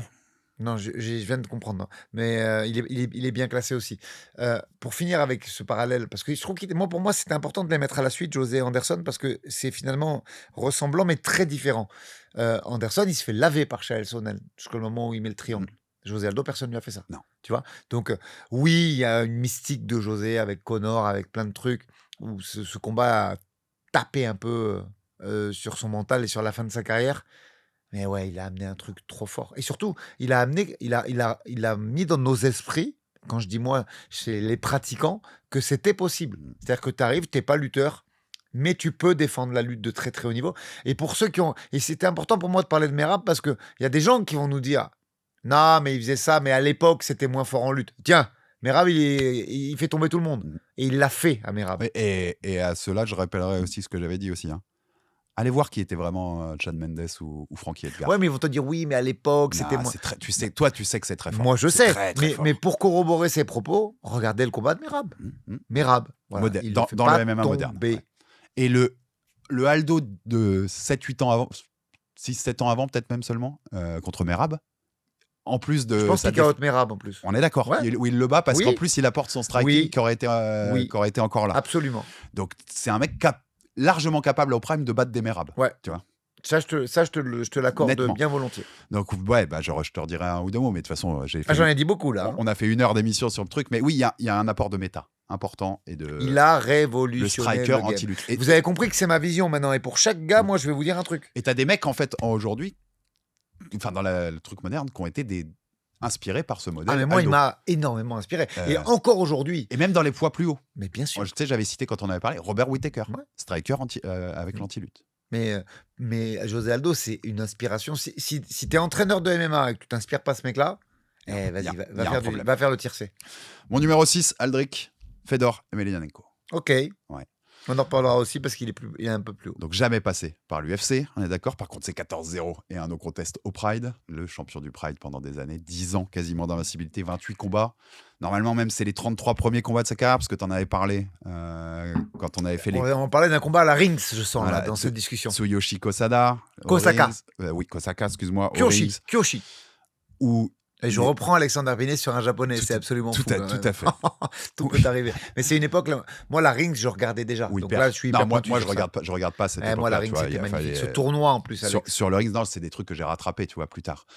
Donc, c'est sur une coupure. L'arbitre arrête le combat, mais c'est un vol. Sur une faute accidentelle de Kosaka. Donc, ça, pour moi, c'est la même chose que Matamil John Jones. Hein. Oui, c'est un vol. Ça ne doit pas être considéré. Pas. Donc, en fait, jusqu'à Verdum au Strike Force en juin 2010, ce mec-là n'a pas été battu. Ouais. On parle sans doute de la plus grande époque de l'histoire des lourds, en plus, sur l'opposition qu'il avait. Les Big Nog, les Crocop, tout ce que tu veux. On parle de ça. Il a apporté tout simplement, c'est le plus grand poids lourd de l'histoire, Aldric.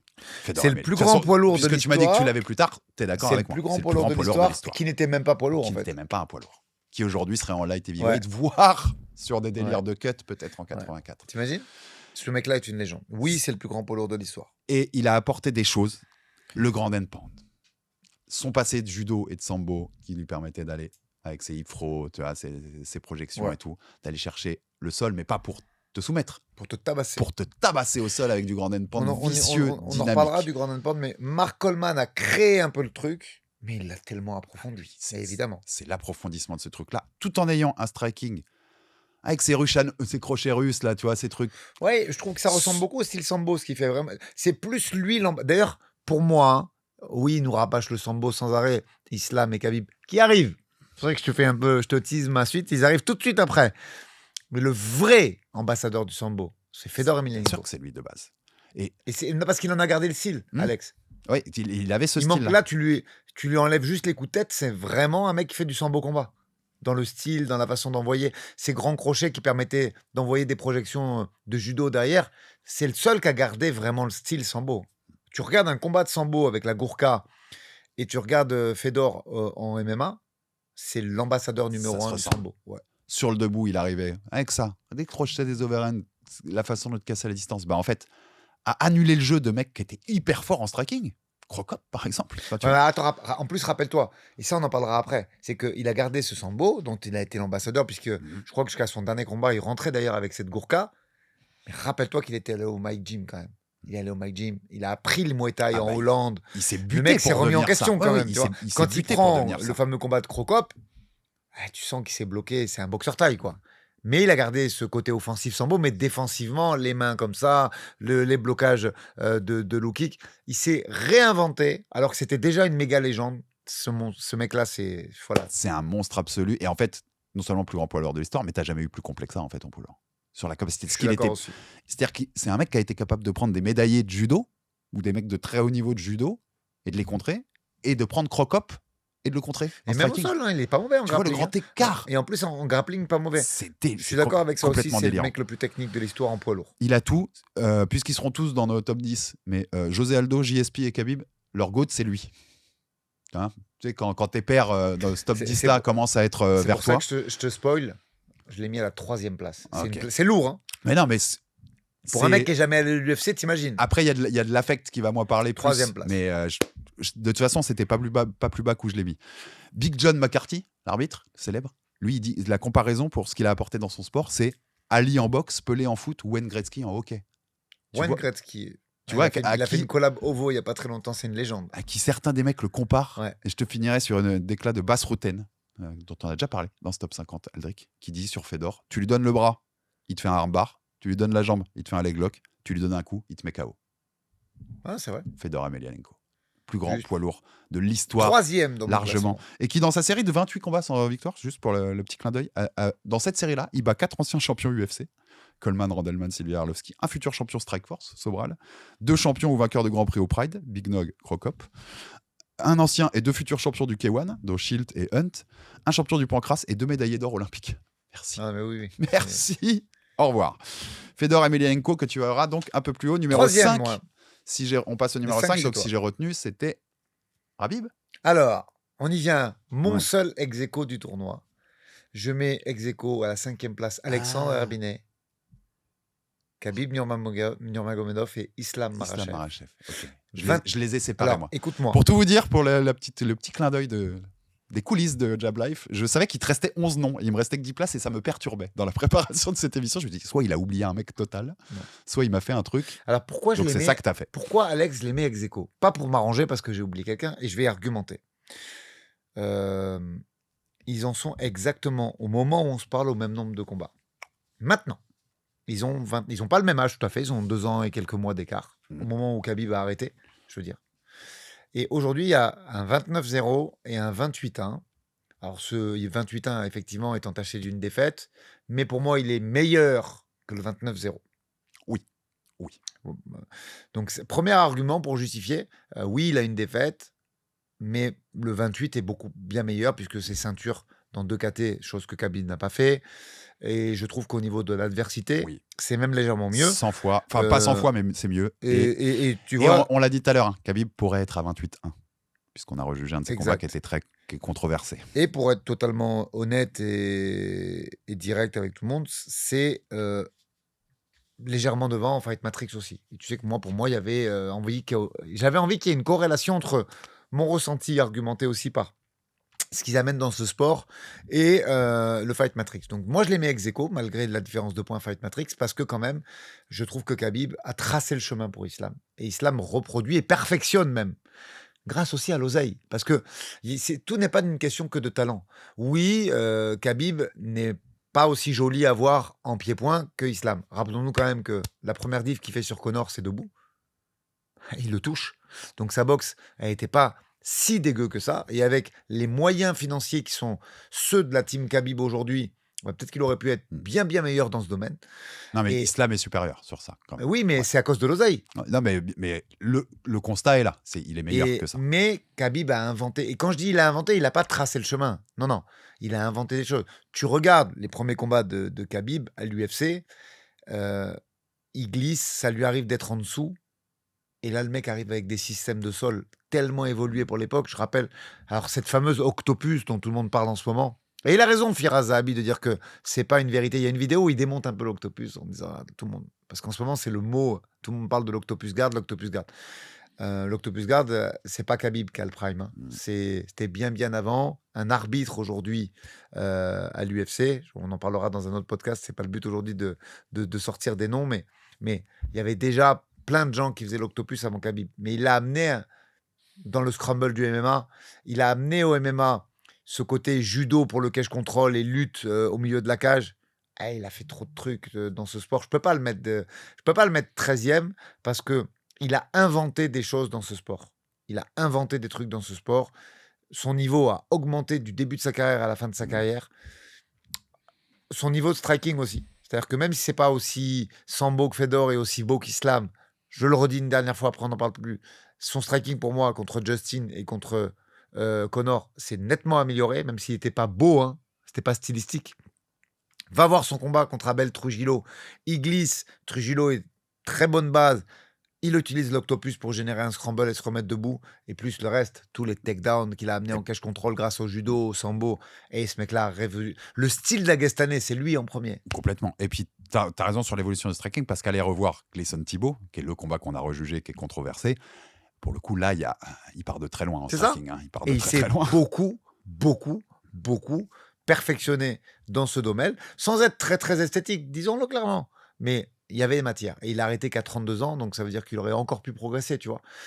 Et dernière chose, bah, en plus d'avoir laissé son empreinte, en plus d'avoir été game changer, il a révolutionné ce sport. Et en plus, aujourd'hui, c'est un entraîneur, c'est l'entraîneur numéro 1 au monde, je pense, hein, très clairement. Et l'entraîneur d'Islam Et aussi, l'entraîneur d'Islam. qui a pris la suite et qui aujourd'hui. Donc bah, voilà pourquoi alors ce Tu ex le- aequo ne va pas durer. Islam, s'il continue encore un tout petit peu, il passe il est devant. déjà devant Bah, Fight Matrix, il va passer devant. puisque tu m'as compris et que tu sais qu'il n'est pas tombé, je l'ai devant moi. Je l'ai devant. Je considère qu'Islam a déjà fait Toi, tu plus penses que qu'il a déjà. Khabib dans Moi, sa je pense que carrière. par rapport aux accomplissements et à ce qu'il a inventé dans ce. Tu vois, Et Islam. je pense que c'est un meilleur combattant global. Oui, mais au final, Islam, il est là parce que. Attention. Oui, ceinture 70, et ceinture puis 76. on parle du numéro 5 là, donc Mais on est bien. au final, il a pris Khabib et il a fait mieux. Donc Conor, je l'ai un peu enlevé de l'équation pour ça et pour mon antipathie pour lui. Hein. Mais pour l'instant, tu vois, on est un peu dans ce cycle. Mais tu es obligé de les mettre ensemble parce qu'ils sont ensemble depuis le début. Ah quand bah même. ils sont liés. Ils sont très liés, vraiment. Mais oui, bah de toute façon, je te donnerai mes arguments quand je vais le mettre. Mais double ceinture, meilleure qualité d'opposition, combattant plus complet, ce qui fait que je mets Islam devant lui. Et un autre point que tu vois que je t'ai gardé, une petite stat geek. Numéro 5, c'est le moment où je fais gueuler dans les commentaires. C'est le moment où l'algorithme, ça va marcher parce qu'on aura des commentaires. Tricasata numéro 5, John Jones. Pas plus haut. No way qu'il soit plus haut pour moi. Ah, j'aime pas du tout ce mec-là, mais j'étais obligé de le mettre plus haut quand même. Ouais. Et c'est pas le mec. Je rentre même pas le mec dans l'équation. Sors tes arguments. C'est pas une question de mec dans l'équation. Bon, Sur le papier comme ça, de brut pour point, comme dirait Justine, je suis pas d'accord, mais je vais pas rappeler qui est John Jones. Enfin, c'est le premier N, c'est 1500 jours, je crois, en light heavyweight. Il a dominé les light heavyweight et battu tout le monde. Il a surtout jamais perdu, en fait. Il n'a jamais perdu, en effet, puisque Matamil, c'est pas une. Bah non. C'est... Il lui met un 6-12. Non, je te suis sans aucun problème avec ça. Il a battu plein d'anciens champions et plein de mecs qui étaient sur sa route. Donc, tu vois, les Machida, les Shogun, plein de mecs qu'on a mis même dans ce top 50. Bah oui. Tu vois, Parce que lui, au final, il finit invaincu comme Khabib, mais avec une adversité quand même nettement supérieure. Et il est monté de KT. Et même s'il y a un petit côté WWE scénarisé quand même. Mais il est allé, le garçon. La première année, c'est 4 défenses de titre, je crois, quand il prend le plus jeune champion de l'histoire de l'UFC. Ah, tu nous l'as sorti là quand même. Okay. Non, mais c'est important. En fait, tiens, la parenthèse comme ça, je la ferai pas pendant Aldo. Mais on l'a dit quand on a parlé du WEC. Le WEC appartient à l'UFC à ce moment-là. Non, t'as raison. Ils font des raccourcis eux-mêmes avec le Pride, il faut le faire pour le WEC. Et ces KT-là vont être mises directement à l'UFC. Donc, bien sûr que ça doit être dans l'histoire. Oui, ça vous appartient à ce moment-là, tu vois. Donc, c'est le plus pour l'UFC, mais c'est un truc sur lequel il joue pour lui. Double champion. Il a quand même pris chez les poids lourds en battant Cyril, puis en défendant contre Miocic. Donc, why not. C'est le deuxième plus long règne de l'histoire des lourds, 840 jours. Ça, c'est une blague quand même. Oui, il a défendu une fois contre Miocic, ça n'a aucun sens depuis des années. Là, tu vois qu'il a un peu évité un certain Aspinal, par exemple. Mais en fait, c'est l'argument que tu as dit tout à l'heure, c'est en ça que je suis pas d'accord. Mais c'est ma vision du MMA plus haut. Ah, il a amené des choses, Alex. J'en parlerai JSP, après. Aldo, DJ, c'est les mecs qui sont pas encore tombés. Islam, je peux même mettre Khabib là-dedans. Ils ont affronté des mecs meilleurs que ce qu'a affronté John Jones. Dans le MMA global. John Jones, c'était un phénomène. Et ce qu'il apporte dans la façon de combattre, son côté liane, le côté je sais tout faire, le côté très vicieux de son striking, ses coudes et tout. Il a amené des choses. Il apporte un truc extraordinaire. Mais en face... Il est game changer aussi. En face, oui, c'était des plus grandes stars. Parce qu'en plus, c'était la KT reine de l'UFC. Mais les Quinton Jackson, les Rashad Evans, tu vois... L'adversité, je t'entends. Mais sur le style... stylistiquement, c'est pour ça quand même je le garde, tu vois, je peux pas le baisser machin, mais il n'y a pas la qualité d'opposition qu'ont les autres mecs que je te dis. Pour moi, il est devant. Il affronte des mecs moins bons dans le MMA global. Okay. De toute façon, on n'est pas obligé de faire d'épiloguer trop, on en reparle après. Parce qu'il y a encore du monde. Mais sinon, il y a tellement de records, il y a tellement de trucs, enfin, j'ai aucun souci. C'est en petit truc, puisque je te note des petites stats marrantes, c'est le plus grand temps de combat dans des titres UFC de l'histoire, 4h, 56 minutes, 20 secondes. Le mec a passé près de 5 heures à combattre pour un titre UFC dans sa carrière. C'est quand même assez fou. Non, il y en a de partout des points positifs et des records et des choses que tu pourrais lui donner. Tu vois, 95% de défense de takedown. Non mais ouais, il a trop amené une dimension. C'est un animal, quoi. Il a vraiment amené. C'est un animal. Mais je développerai après parce que moi, il est beaucoup plus haut. Rashad Evans, je suis désolé, c'est pas un bon combattant de MMA, quoi. Tu regardes trop l'adversité et pas assez le game changer, je trouve. Mais enfin, tu regardes trop à mon goût. C'est ton choix et je le respecte. Hein, mais là-dessus, je comprends. Quinton Jackson aussi. Quinton Jackson a des accomplissements qui font que je peux le mettre dans un top comme ça. Mais c'est pas compris. Je trouve que l'adversité est trop limitée pour sa catégorie. C'est un phénomène dans sa catégorie. C'est le meilleur combattant qui ait jamais eu au-dessus de 84 kilos. Enfin, au-dessus de 77 en vrai. Sans aucun problème. C'est le meilleur combattant qu'on ait jamais vu à ces poids-là. Mais pour moi, c'est pas le même MMA en fait. J'entends. Et les tueurs à gages que prennent Mais pour moi, il est devant. des Aldo et d'autres mecs, ou des Islam, tu vois, aujourd'hui, dans l'époque moderne et tout, pour moi, c'est supérieur à ça. Donc, c'est mes arguments qu'il faut mettre derrière. Si tu le mets plus haut, je peux pas te contredire tant que ça. Enfin, il a apporté. Et puis, c'est une superstar. John Jones, c'est une superstar. Absolument. Le public qui suit le MMA, et même au-delà du public du MMA, connaît ce mec-là. Donc, je te jure, je rentre même pas le mec dedans. C'est moi, mes arguments, ma vision du MMA et du MMA que j'aime. C'est pas le MMA de 93. Et je trouve qu'il n'y a pas assez de victoires qui, pour moi, sont lourdes sur le mec qu'il y avait en face et ses qualités de MMA global. Il était trop au-dessus, en fait. C'est presque de sa faute. C'était trop au-dessus. Ok. Voilà, pour mon numéro 5, John Jones. Numéro 4, Aldric. Demetrius Johnson. Ok. Qui est 4e. Je vais en parler pourquoi après. Tu l'as combien, toi? Plus haut. Ok. Il aurait pu être plus haut. Là, c'est l'UFC. Merci l'UFC d'avoir gâché la fin de sa carrière. Alors après, il y en a plein qui vont me dire oui, mais c'est pas gâché. Si, c'est gâché. Le One, c'est pas une orga. Je le dis sur la pointe des pieds sur Instagram, mais sur le podcast, je le dis. Le One, c'est pas une orga. Les combats hybrides, même si moi j'ai bien aimé, hein, les combats hybrides avec Rotang et tout, mais on parle d'un GOAT. Ça lui rajoute une ligne de CV. Il prend le titre du One. Mais tu vois, c'est à l'UFC qu'il aurait dû rayonner. Oui, bien sûr. Et il aurait fallu monter à 61. Et ça lui rajoute un KO de furieux. Hein. Le genou contre Moraes. C'est ça. Il est furieux. Mais ce mec-là, avec ce qu'il a, je pense que au moment où il est à l'UFC, techniquement, c'est peut-être le plus fort du monde. Du monde, hein. Le mec sait tout faire. Ouais. Il peut boxer avec un boxeur, kickboxer avec un kickboxer, lutter avec un lutteur, et il a un niveau de grappling exceptionnel. Personne n'est capable de faire ça. On en reparlera aussi quand je vais te le citer à la place où je l'ai mis. Mais ce mec, il a un KO de l'année. Il a une soumission de l'année. Mais il sait tout faire. Quand je te disais tout à l'heure que j'ai jamais vu, José Aldo Prime, j'ai jamais vu un mec plus fort au MMA, à part peut-être un mec. C'est lui. Ah oui, j'ai compris. C'est DJ. Et je pense que c'est le plus fort qu'on ait déjà vu. Si tu prends ce qu'est le MMA, en fait, réunir tous ces arts martiaux et en faire un mix global. C'est le plus fort au MMA au monde, ça c'est sûr. C'est le plus fort. Mais... Et tu vois, on compare ce qu'on peut comparer. C'est un petit gars, donc il ne peut pas affronter des grands balèzes, tu vois. Non, mais il reste... Attends. Mais par rapport à ta taille et à ton poids... Il tente le 61, ça passe. Il est un peu plus haut. Il aurait peut-être gratté une ou deux places. Mais pour moi, je te dis, c'est le plus fort qu'on ait jamais vu dans le cage. Ils l'ont échangé. Alors, tu sais que Ben Askren, ça aurait pu être un combattant légendaire. C'est-à-dire que... parce que moi, il y a un mec à la salle que je surnomme comme ça. Petite dédicace à lui. Et je lui ai expliqué, je dis attention, c'est pas un manque de respect, vous vous ressemblez, mais c'est un Ben Askren avec une autre vie. Il peut être pas très loin d'un Georges Saint-Pierre en termes de niveau. Hein. À l'époque où il prend Carla Moussou, il est absolument exceptionnel. Avec une autre vie. Avec une autre vie.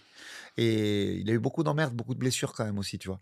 Et mais voilà, là on a le 4e dans ma liste qui, si on prend juste les étoiles à UFC, pourrait être premier même. Ouais, bah oui. Tu vois. C'est qu'il a manqué 2-3 trucs. Et même, tu vois, est-ce que c'est pas aussi la discrétion de cette caté flyweight qui a fait que...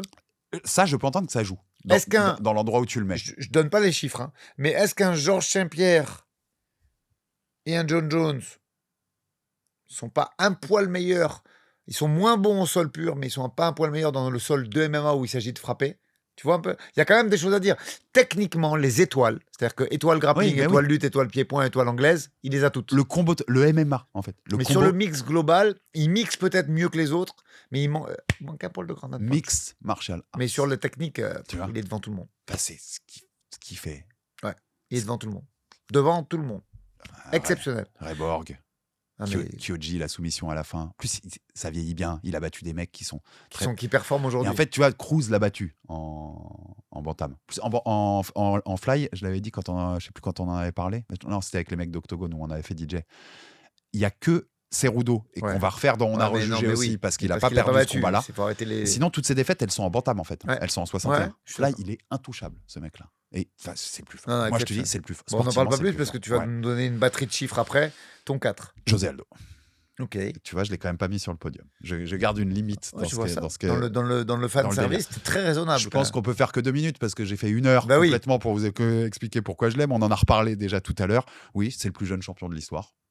Oui, Mais quel relou. ça doit compter Il ouais. doit à chaque émission. Justine, je sais pas combien d'émissions je vais encore faire avec Herbie. Herbie, j'espère le plus possible. Hein. Mais il va me le sortir à chaque fois qu'on va parler d'Aldo. Quoi. Oh mon Dieu. C'est le recordman, c'est tout. Quand l'UFC, quand Volk fait sa dernière défense et qu'ils disent 8 combats à gagner pour le titre en featherweight, c'est le record, égalité avec Aldo. Non, c'est 11 Aldo. Il y a les 3 du WEC. Je te dis une nouvelle fois, ça leur appartenait et c'est devenu Non, mais leur, oui, là-dessus, je suis leur d'accord. division. Donc faut pas que ça peut pas compter pour certains et pas pour d'autres. Ça compte. Et puis je te dis tout ce que je t'ai dit tout à l'heure. C'est Prime, j'ai pratiquement jamais vu meilleur et il apporte un tel truc au MMA. Ok. Ce striking anti-lutte. Non, mais là, je t'ai trouvé très raisonnable. Moi, pour l'instant, je suis assez d'accord avec tout ce que tu as fait. Même Jones, bon, je valide pas parce que je l'ai mis au-dessus. Ça va, on est Mais bien. non, tu me rends pas fou aujourd'hui. Et oui, allez voir. Les derniers trucs, si vous n'avez pas compris depuis le temps que je vous en parle, allez voir José Aldo au WEC. Tapez José Aldo au WEC. Non, les combats Dans en le Fight guérilla Pass. aussi. Allez voir certains trucs qui met les genoux, les trucs. Non, C'est complètement délirant et tu sais combien j'aime José Aldo. Mais quand même, un peu d'honnêteté intellectuelle, Aldric, je ne l'ai pas mis top 3 de Tu vois l'histoire. ça. Parce que la fin de carrière aussi est compliquée. Non, puis tout simplement, c'est un grand talent, mais pour moi, il y a un peu mieux. Il en a peut-être trop fait aussi et sur la fin. Iba, on l'a dit, on en a parlé quand on a rejugé qu'on a fait en public, qui n'est pas encore sorti sur la chaîne, mais s'il avait battu en 2020 Petroyan pour la ceinture Bantam, c'est podium sûr. Ah oui. Là, c'est peut-être même en haut du podium. Ouais. Tu vois. Numéro 4 pour moi, José Aldo. Numéro 3, Aldric, ça y est, le podium de l'histoire du MMA. Fedor, Emelian. Fedor, alors je vais pas Non, qu'est-ce que prendre tu la veux parole rajouter disant ouais. un truc, t'en as parlé à la fin, puisque moi j'ai parlé de son style, sambo, de sa carrière, on ne va pas plus loin. Ce Ground and Pound, ce Ground and Pound qui a été amené par Mark Coleman, qui était dans mon classement d'ailleurs, si tu te rappelles, et qui a été vraiment peaufiné par Fedor. C'est-à-dire qu'il est arrivé, il a réinventé le Ground and Pound avec l'engagement des épaules. Il te cassait le nez avec une seule frappe. Elles arrivaient claquées, un peu comme des crosses, mais qui arrivaient d'en haut. Qui ne s'est pas inspiré d'Emelianenko Fedor pour le Ground and Pound? Tout le monde. À tel point que le seul truc qu'on peut lui reprocher, à la limite, c'est que Verdum l'avait timé. Verdum l'avait timé, cette façon d'envoyer les épaules, et il a monté le triangle dessus. Sorti de ça, il a réinventé le sport. Il a montré aussi que le sambo, c'était extrêmement solide. On n'en parle pas aussi de ça souvent en France, tu vois. Il y a quelques coachs de sambo qui sont intéressants. Et comme il y a beaucoup de clochards et comment on pourrait dire ça, de mecs qui se sont inventés profs de sambo, qui ont fait honte un peu à ce sport. Mais bien sûr que ça aurait dû être la ligne directe, s'il avait été bien importé, pour aller vers le MMA, parce que ce sport est vraiment complet et sorti de 2-3 différences de règles où tu peux pas fermer la garde, par exemple, sur le dos. C'est vraiment une parfaite adaptation du MMA et un sport très difficile. Mais ouais, Fedor. Le dernier empereur, ses entrées au Pride. C'est la petite musique, là. Tu sais qu'il vient, quand ça s'écroule, il vient à l'UFC, il prend le titre des lourds. Pareil, hein, tu peux le mettre numéro 1, ça me dérange pas. Hein. Ouais. Je suis d'accord avec toi. Ça me dérange pas. Et même là, ton podium, moi, j'ai mis, mais de toute façon, tous nos 6-7. On se fait pas trop gueuler aujourd'hui. Nos 10 premiers, on gueulera pas en soi. C'est des préférences aussi, chacun d'un ou de l'autre, tu vois, devant. J'ai hâte d'avoir ton podium quand même. Mais dans l'ordre, c'est l'ordre surtout là, parce que j'ai compris. J'aime beaucoup. Enfin, Fedor, ça me va très bien que tu le mettes. En fait, j'espère que les prochaines générations et qu'on le fait passer assez par ce top 50 réalisons qui est ce gars-là. Non, mais c'est vrai qu'il y a des combats au Pride qui ont mal vieilli, très mal vieilli. Mais tu regardes encore aujourd'hui un Fedor East Herring ou un Fedor Semi Shields, cette période-là, ça a bien vieilli. Tu regardes encore. Et pourtant, si tu regardes toute la carte de ces Prides, si je dis pas de bêtises, ça doit être vers le Pride 32 et le Pride 23, 24, quelque chose comme ça. Je pense que je me suis pas trop trompé. Tu regardes tous les combats de la carte, t'as des trucs, tu te dis, c'était ça le MMA à cette époque. Il y a eu des progrès sur certains points. Mais c'est simple, on prend Fedor Prime. Enfin, ses plus belles années du Pride, tu vois. Même le suite Crocop de 2005, qui est quand même élu combat de la décennie à l'époque. On en avait parlé dans les plus grandes victoires. Tu le fous à l'UFC aujourd'hui. Il y a combien de lourds qui battent ce mec-là? Qu'est-ce qu'il fait à Tai Tuivasa? Et 93 Qu'est-ce qu'il fait à Tai Tuivasa? Même là aujourd'hui à 48 balais ou à 49 balais, qu'est-ce qu'il fait à Tai Tuivasa? Parce qu'il s'entraîne toujours, l'ancien. Et 93 aussi, tu vois, vu son poids. Il ferait des dégâts aussi. On en a parlé lundi, mais Josh Okitt, il se fait...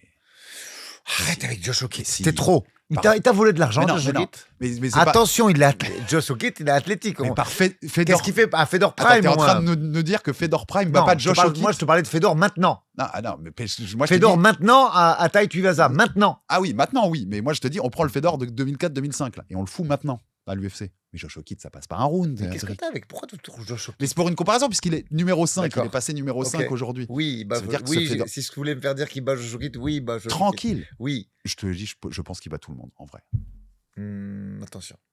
Attention, Alexandre. Je pense qu'il bat Aspinal je et pense qu'il bat Cyril, Tom et je sais Cyril. pas, ça, c'est des vrais poids lourds. C'est La compl- seule différence, c'est des vrais Oui, poids lourds. c'est compliqué hein, mais s'il t'amène un de ces deux mecs au sol et qu'il commence le grand and pound, Aspinal compliqué quand même. j'ai aucune certitude là-dessus. C'est les Ouais. deux mecs au-dessus, c'est Ouais, quand même parce que compliqué. c'est des vrais poids lourds en fait. C'est le modèle au-dessus. Mais tu je vois. tombe pas de ma chaise. Si ce scénario de fiction arrivait et qu'il les bat, je tombe pas de ma chaise. Est-ce qu'on C'est pourra faire ça avec l'IA, tu crois? C'est Fedor, j'espère peut-être. Il l'avait fait dans la boxe à une époque, mais il y a très longtemps, Ouais. même pas en IA, Ouais. mais tu sais, Ouais. c'est Ali C'est un espèce Marciano, je crois. d'ordinateur, ouais. Mohamed Ali, Rocky Marciano, quelque chose comme ça. Donc voilà. Numéro 3 pour moi, Islam Makhachev. Ok. Ouais. Tu Je l'as l'ai fait respecté. rentrer sur son podium. Écoute, 16 victoires de suite, le record de Silva, il va le battre. Pour être clair, je pense qu'il va défendre le prochain, peu importe l'adversaire qu'il y a. Champion dans 2 KT, ça change de Khabib. Je pense qu'il est, je te l'ai dit tout à l'heure, plus complet que Khabib en soi. En fait, je pense que c'est un peu le cheat code ultime, quoi. Comment tu bats Islam Makhachev? Ça est arrivé une fois, un mec qui le touche plein menton. L'arbitre arrête d'ailleurs assez vite, parce que tu vois qu'il va se relever. Il arrête, c'est son choix, et voilà, il veut protection des athlètes, donc ça me va bien. Mais comment tu bats Islam Makhachev? À part lui mettre un mec beaucoup plus gros. Surtout qu'à mon avis, il fera pas les combats de trop. Non. Tu Comment vois, tu donc, bats ce mec? ouais. Tu vois, ma question, c'est pour ça Mais que c'est je le ça mets qui est aussi haut. intéressant, qu'il y a du monde encore. Comment tu bats ce mec-là? Volk a essayé, tu vois, et il a été pas Non, mais si est-ce qu'à loin que ça. 77, quelqu'un va trouver la formule Mais magique? qui trouve une formule pour battre ce mec-là? Et Topuria, ça nous incite parce qu'il y a le côté Topuria, il t'en met une, tout le monde fait dodo. Donc, mais même Topuria, on est d'accord que si on fait la preview, on va pas le mettre favori. Non. On va plutôt. Qui bat ce mec? C'est ça qui, moi, me fascine. Moi, j'ai envie de le voir face à des gros Walter pour un intérêt, mais j'ai aucun doute sur le fait qu'il bat Morales. Il a tout le MMA. Mais j'aimerais bien le voir. Il est moins spectaculaire qu'Aldo et DJ, tu vois, dans ce que j'aime, moi, mais il a tout le MMA. Mm. Il a le debout, Il sait il tout sait se faire. défendre, il sait tout faire. Il sait tout faire. Il a les moyens financiers maintenant pour faire un camp exceptionnel. Il va être très dur. Tu lui Moi, donnes. je pense qu'il se retire. Il peut possiblement, s'il est sérieux, se retirer invaincu. Enfin, ah oui, depuis ça. Depuis son un. Voilà, je suis d'accord. Moi, je pense aussi qu'il perd hyper Mais plus par jusqu'à la fin. curiosité, un gros 77, j'ai envie de voir. Là, c'est du fan base. Hein, Tu lui donnes 3 cm, il va chercher la soumission. S'il y a 3 cm de dispo, il va la prendre. Il est chiant en lutte. Debout, il se défend. Très bien, il peut te mettre même des KO. Non. C'est un point d'interrogation ultime de J'aime bien ton top 3. comment tu bats Islam Makhachev et des petits points, machin. Donc déjà 2 ceintures, je disais. Mais c'est un mec qui a battu et c'est assez rare. Et c'est des KT que moi je considère encore dans les KT du MMA que je préfère, tu vois. Mais il a quand même battu un champion à 145 avec Volkanovski qui montait, un champion à 155 avec Oliveira et un champion à 170 avec JDM. Non, mais très fort. Donc c'est sur 3 KT, tu as quand même battu des mecs qui ont eu le titre à l'UFC. Et je sais pas comment tu bats ce mec-là. Je sais pas. La suite, il nous reste peut-être 3, peut-être 4 combats. Regardez, je pense de lui, vraiment pas plus. Et en light, il a déjà tous les records, en Ouais. fait. Le record du nombre de défenses, du nombre de finish dans les combats pour le titre, c'est égalité avec Penn, du nombre de soumissions, c'est égalité avec Khabib. Tu vois, même dans les records de son ancienne KT des 70, il est avec tous les... Il est en fait un tout petit peu au-dessus de tous les plus grands, si tu prends tout cumulé. Moi, je pense qu'Islam Makhachev, c'est top 3 de l'histoire du MMA. Ok. Et qu'il n'a pas fini, en plus. C'est ça qui est un peu terrifiant. Donc, mon numéro 3, c'est Islam Makhachev. 2. Numéro 2, Aldric. Là, du coup, tu vas connaître mon Du GOAT. coup, on va connaître notre GOAT. De John Jones. De John Jones. John Jones. Donc j'avais ton GOAT, Ouais. je le savais. Tu- Je le savais quand on a commencé ce top Ah, 50. c'est- Ouais. Mais j'expliquerai pourquoi. Après, c'est pas Bien juste sûr. parce que par rapport à notre lien d'amitié. Loin de là. Je vais pas en faire 10 ans, t'en as rajouté pour. Tu t'es justifié en disant plein de trucs bien sur lui. Effectivement, pour moi, jamais perdu. Matamil, en fait, il me le met KO sur un 6-12, et ce qui emmène une disqualification parce qu'à cette époque, par contre, ce n'était pas autorisé. Fin du débat. Mais plus que ça, Alex, pourquoi je le mets si haut malgré le fait que je ne l'aime pas, que j'ai une certaine antipathie pour lui? Parce que il a vraiment amené des choses. C'est-à-dire que le mec, il arrive avec un niveau d'athlétisme. Il n'y avait pas que des gros bedonnants à 93 à cette époque, mais il y avait un peu que des gros bedonnants à 93 à cette époque. Et d'ailleurs, même, il y a des mecs qui viennent aussi plutôt de middleweight dans son Eh oui. run et tout. C'est un peu le cimetière des éléphants quand Mm. même. Même Machida, c'est pas hyper propre physiquement, Je ça le- vient de 84. Je le vois tellement différent. C'est la première fois qu'il en parle, c'est 2013. S'il monte en lourd à ce moment-là et qu'il va éteindre tout le monde là, en lourd, c'est un autre délire. pour moi. Oui, mais après, il y a aussi un. Je pense qu'il a des problèmes. Clairement, tu sais, c'est pas faire une insulte à quelqu'un. On a tous en plus des problèmes psychologiques, psychiques, comportementaux. Ça a entaché sa carrière, le dopage aussi, les cabarets, les clubs de striptease. On pourrait en dire plein qui ont entaché sa carrière. Moi, je te parle de ce qui l'amène. Pourquoi il est numéro 2 de ce top 50 ? Parce que niveau d'athlétisme, vitesse, quand même à la base, c'est un lutteur qui devient striker, qui invente le hand fighting, même si ça n'a pas bien vieilli son hand fighting avec les doigts dans les yeux, mais Il invente le high il invente un truc au départ, tu vois. Et avec son reach, il t'attrape le poignet, il te force à réagir en fonction de tes réactions, il set up des choses. Calf kick côté ex, côté in, il met le bras arrière ou il lutte. Il a inventé, il s'est pas contenté de copier les autres, il a inventé. Et avec le niveau d'excellence qu'il a en lutte, même si c'est pas Daniel Cormier, avec son physique et son niveau d'excellence, il aurait pu très bien être champion juste avec la lutte. Et ce mec-là est allé chercher des experts dans le monde en Muay Thai, en anglaise, en grappling. Très haut niveau de grappling aussi, sa guillotine. On a très mauvais souvenirs avec Cyril.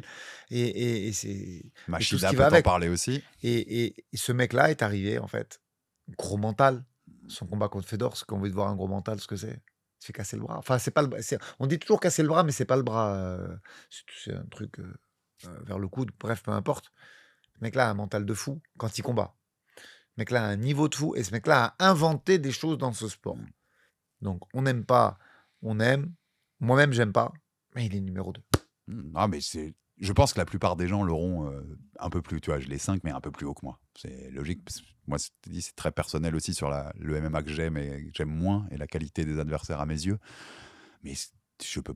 Même tu le mets numéro 1, j'ai pas 50 arguments pour te dire non. Enfin, c'est John Jones, quoi. En effet, quand il était dans la cage, tout le reste, on peut mettre beaucoup de bémols, mais quand il est dans la cage, il est extraordinaire. Mais je comprends même que les Américains le mettent numéro 1 parce qu'il a fait un peu ce que Conor a fait au niveau des. Quand il combat, Ouais, tu bien n'as sûr. pas une place. Même si tu Bien es membre du staff UFC, tu n'as pas une place quand il combat T. Parce que je pense que ça n'arrive pas. Nike était avec lui, enfin, tu vois, comme Ouais. avec Anderson Ouais. Silva. D'ailleurs, il faut se rendre compte, tu vois, il y a une entreprise comme Nike qui va sur des mecs de MMA. Je pense que pour la majorité des Américains, et pour Dana White aussi d'ailleurs, c'est le GOAT. Et Pas pour moi, Alexandre Hermine. Non, mais j'entends vraiment qu'on l'est à cette place 2, à cette place même, à cette place 1. C'est John Jones sans lui-même. J'ai déjà donné mes arguments, donc vous aurez compris pourquoi je ne l'ai pas. Mais Alors, ton numéro 2 ? mon numéro 2, c'est Georges Saint-Pierre. Ok. Oui, j'ai été jusque-là pour le numéro 1. On en reparle T'aimes juste vraiment après. les flyweight. Donc c'est ton... Ouais, c'est moi, donc on peut faire Ouais. en même temps, je finis, je vais te redonner la parole après. Je finirai, mais donc vous l'avez compris, mon numéro 1, c'est Demetrius Johnson. Et je vais donner mes arguments et expliquer pourquoi. Mais Georges, on en parle en même temps. Mais Georges, Je numéro te 2 laisse pour parler en moi. premier. De toute façon, c'est ton numéro 2. Numéro 2 pour moi, numéro 1 donc Ouais. pour toi de l'histoire du MMA. Georges Saint-Pierre, le Québécois, bien sûr, champion 2 fois de welterweight, champion middleweight aussi pour son dernier combat en carrière, après 4 ans d'arrêt, ce qui est quand même, j'avoue, quelque chose d'exceptionnel. 3e plus long règne de l'histoire, 2064 jours pour son règne de welter. Record de victoire dans l'histoire pour des titres avec les welter, bien sûr. 13 sa série de victoires la plus longue dans l'histoire. Moi, j'ai noté un chiffre que je n'ai pas noté pour les autres, mais qui est impressionnant. Le bilan de ses adversaires à Georges, le bilan global de tous les adversaires qu'il a affrontés, c'est 494-71. Il a pris tout le monde, il s'est jamais caché. C'est délirant. Même Hendrix, tu sais que dans son propre clan, Midou le premier, ne fait pas ce dernier combat. Ne le fait pas, il est trop fort. Et en plus, Hendrix, il y va quand même. Pré-USADA, pardon. Bon, je pense qu'il faisait pipi de l'acide citrique, mais c'était une machine, Hendrix. Et il est allé le chercher. 2e plus grand nombre de takedowns de l'histoire derrière Merab à l'UFC. Le record du temps de contrôle, 2h42 en temps de contrôle. Le record du temps en top position de l'histoire, 2h22. Et à la fois, parce que tout ça c'est plutôt côté grappling, mais à la fois le 2e plus gros pourcentage de défense des coups significatifs de l'histoire, 73% pour Georges Saint-Pierre. Quand on parlait tout à l'heure, quand tu parlais des méta, en fait c'est la consistance, son apport à la méta MMA, elle est énorme. C'est le mec qui révolutionne techniquement, tactiquement, professionnellement, sur la qui réclame l'USADA toute sa vie du aussi, MMA. Et qui en fait, mais c'est le premier style vraiment efficace de cohérence dans tous les Et arts regarde, martiaux. tellement il est peu copié. Son niveau de lutte a été copié. Son niveau de karaté a été copié. Son niveau d'athlétisme a été copié. Il y a même plus gros que lui aujourd'hui dans la karaté. Est-ce que c'est bien ou pas? Ça, c'est un autre débat de que t'es autant. Mais regarde ce qu'il avait amené au niveau des Superman Punch et tout. Non, c'est... Ça demande tellement d'agilité. Peu de gens le refont. Je, Tu vois je pense, moi j'ai noté dans mes notes, aucun, tu vois, j'ai beau aimer Aldo, même on va pas d'autres dont on a parlé, aucun mec n'a autant changé ce sport sur ces plans-là. C'est pour ça que pour moi, Tactique, technique. je te comprends hein, avec DJ, on va en parler après. Mais non. Bah, j'ai parce un que- argument, non, j'ai deux arguments. Non, sur parce DJ. que je le trouve dans son karaté, dans son MMA, hein, karaté étant l'expression, il est encore devant DJ. Parce que ce fameux Superman Punch il a appris en bras arrière. Après, il a dit, mais attends, en bras avant, Ah, on mais peut le mixer. tu vois, c'est Et- là où on a. Et derrière, on peut mettre des low kicks en sortie. Et en fait, il a ça aujourd'hui, ce sont des coups qui sont réservés exclusivement au MMA. Et peu de gens les font. Et ça existe dans aucun sport. Et il les a quasiment inventés. Ouais, c'est là où on va être un tout petit peu poil différent sur la Sur totalité la finale. sensibilité, j'ai compris. Mais personne l'a plus révolutionné que lui. Mais ce le sport mec, que JSP. c'est pareil, il a adapté. Il est allé. Il a peu moins fait que DJ, je suis d'accord, parce que DJ, il a pris Rotang dans ses règles à lui, bientôt, il a tenu. En fait, Georges, il a pris des sparring d'anglaise niveau mondial. Il va lutter à l'Université olympique du Canada. John Danner pour la partie sol, et même encore aujourd'hui, il y va. Il va à la B-Team, il va avec Gordon Ryan. en fait, Fin du jeu. Mais c'est aussi Fin du jeu. le physique va jouer. Le KO de l'année qu'a DJ, c'est celui sur Moraes avec le genou. La soumission, c'est celle sur Reborg. C'est la souplesse enchaînée par un armbar. JSP n'est pas capable de faire ça. Non, mais les Superman JSP Punch et certains trucs de JSP, DJ n'est pas capable de les faire. Il les fera techniquement. Ils auront moins d'impact, mais il les fera techniquement. Personne n'est capable de faire ce que fait DJ Non, techniquement. là-dessus, je te une cage rejoins. de MMA. Je l'ai dit tout à l'heure, donc je vais Impossible. pas. Mais au niveau des accomplissements, ils lui ont pas sucré la fin de sa carrière. À Georges. Ah si, non, mais bien sûr, il lui en sucré. Mais George, ouais, personne n'a révolutionné plus ce sport que lui. Là-dessus, on est d'accord, je peux te donner la parole sur DJ. L'addition des skills pour en faire un système cohérent, global, et quand tu passes d'une phase à une autre avec cohérence et efficacité, Georges, c'est le meilleur. Tu vois, quand je compare à Aldo, il a poussé certains trucs très loin, comme ce striking avec la défense de lutte, mais sur des disciplines individuelles qui poussaient très loin. Le système cohérent global, c'est Georges. C'est Après, Georges qui l'a monté. Et pour terminer, avant de... non, plus haut. je vais dire une phrase avant de parler de DJ. Aller butiner, s'imprégner de ces grands coachs comme il l'a fait, c'est le seul. Il faut un gros cerveau parce que du coup, tu lâches pas tout à un seul coach. C'est-à-dire qu'il y a des scènes complètement folles où tu as Midou en tant que mentor et plutôt là pour le soutien mental et moral. Tu as Firas Zahabi qui est son grand head coach du début jusqu'à la fin.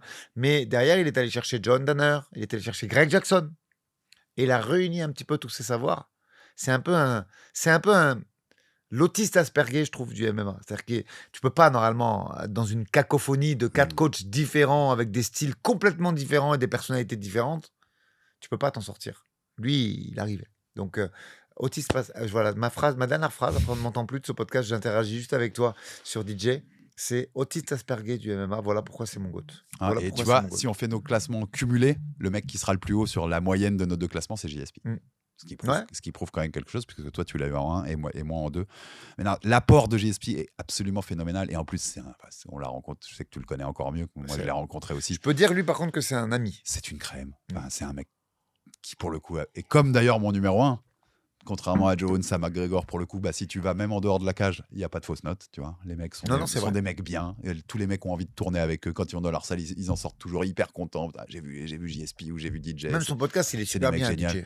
Enfin, tu vois, c'est des mecs il n'y a pas de fausse note, en fait. JSP, c'est le gendre idéal, un peu, le côté. Et en plus, tout ce qu'ils ont apporté dans la cage. Et vous ne l'avez pas vu en discothèque. Exactement. Ça, c'est pas de danse de JSP, Justine. Ça, c'est pour toi, ça. Je peux te garantir, Justine qui aime la danse. Justine qui danse. Exactement. Si vous la suivez sur Instagram, vous voyez Justine à la danse. Le pas de danse, Justine, de Georges. Le pas de Smurf, pour ceux qui se rappellent de ce que c'était cette danse. Tu te rappelles du Smurf, Alexandre? Bien sûr. Georges Smurf. C'est pas si long, c'est Georges la nouvelle Smurf. génération, ce Smurf, tu vois. Donc, numéro 1, DJ, Aldric. Et c'était un choix, quand j'ai fait mon top 10, il n'était pas numéro 1 au début. T'es Mickey au début. Tu sais qu'à un moment, j'ai eu Islam numéro 1. Ok. Puis Georges. Et puis j'ai fini par DJ. Ok. Et en fait, DJ, je l'ai dit, je pense que c'est le meilleur. Sur le skill, Non, mais j'aime sur bien. ce que représente J'aime le bien. MMA, je pense que sur le J'aime skill bien. set, c'est le meilleur. Ça C'est pas la plus s'entend. grande Et star. c'est bien qu'on n'ait pas le même en plus. Donc C'est pas la plus grande star, clairement. C'est les 57. Mais Reborg et Moraes, à part lui, personne n'est capable de faire, Non, mais de faire ces deux actions-là. Tu m'as pas En du tout MMA. fâché. Hein. Franchement, sur cet épisode, je t'aime bien. Il n'y a que lui qui est capable de faire ça.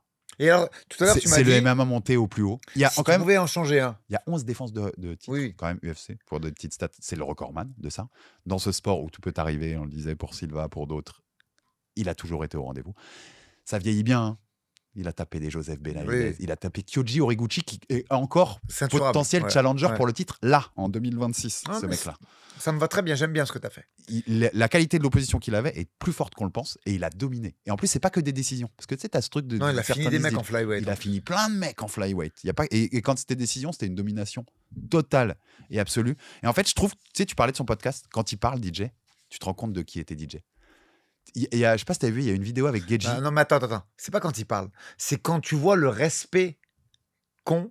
Oui, tous les mecs. C'est congénères, je vais dire. C'est pas congénères, c'est les mecs du milieu, tu vois. C'est là que tu te dis, ah ouais, ok. Oui. C'est là que c'est important. Regardez ce podcast, les gars, et vous me direz, quand t'as un Justin Gage on dirait qu'il parle à John Jones, là tu te dis, ouais, ok, c'est good, il y a du respect. Parce que les gens, ils savent même pas qui c'est. Cette fin de carrière en Asie fait qu'il est sorti du giron très tôt, tu vois. Donc, quand tu regardes le podcast, tu vois que tu es toujours mieux traité par les tiens. Et ça se voit. Il y a beaucoup de respect pour les gens qui vont chez lui. Et qu'est-ce qu'il disait, Justin? Il y a une vidéo avec Geji où il sort, c'est le dernier combat, le combat de Paddy. Et il vient après et il lui dit, mais pourquoi t'as pas lutté ou je sais plus fait quoi et machin. Et en fait, tu comprends que ce mec-là, dans son cerveau, il réfléchit, le MMA, il faut qu'il y ait tout. Tu vois, en fait, et tu comprends qui était le combattant DJ.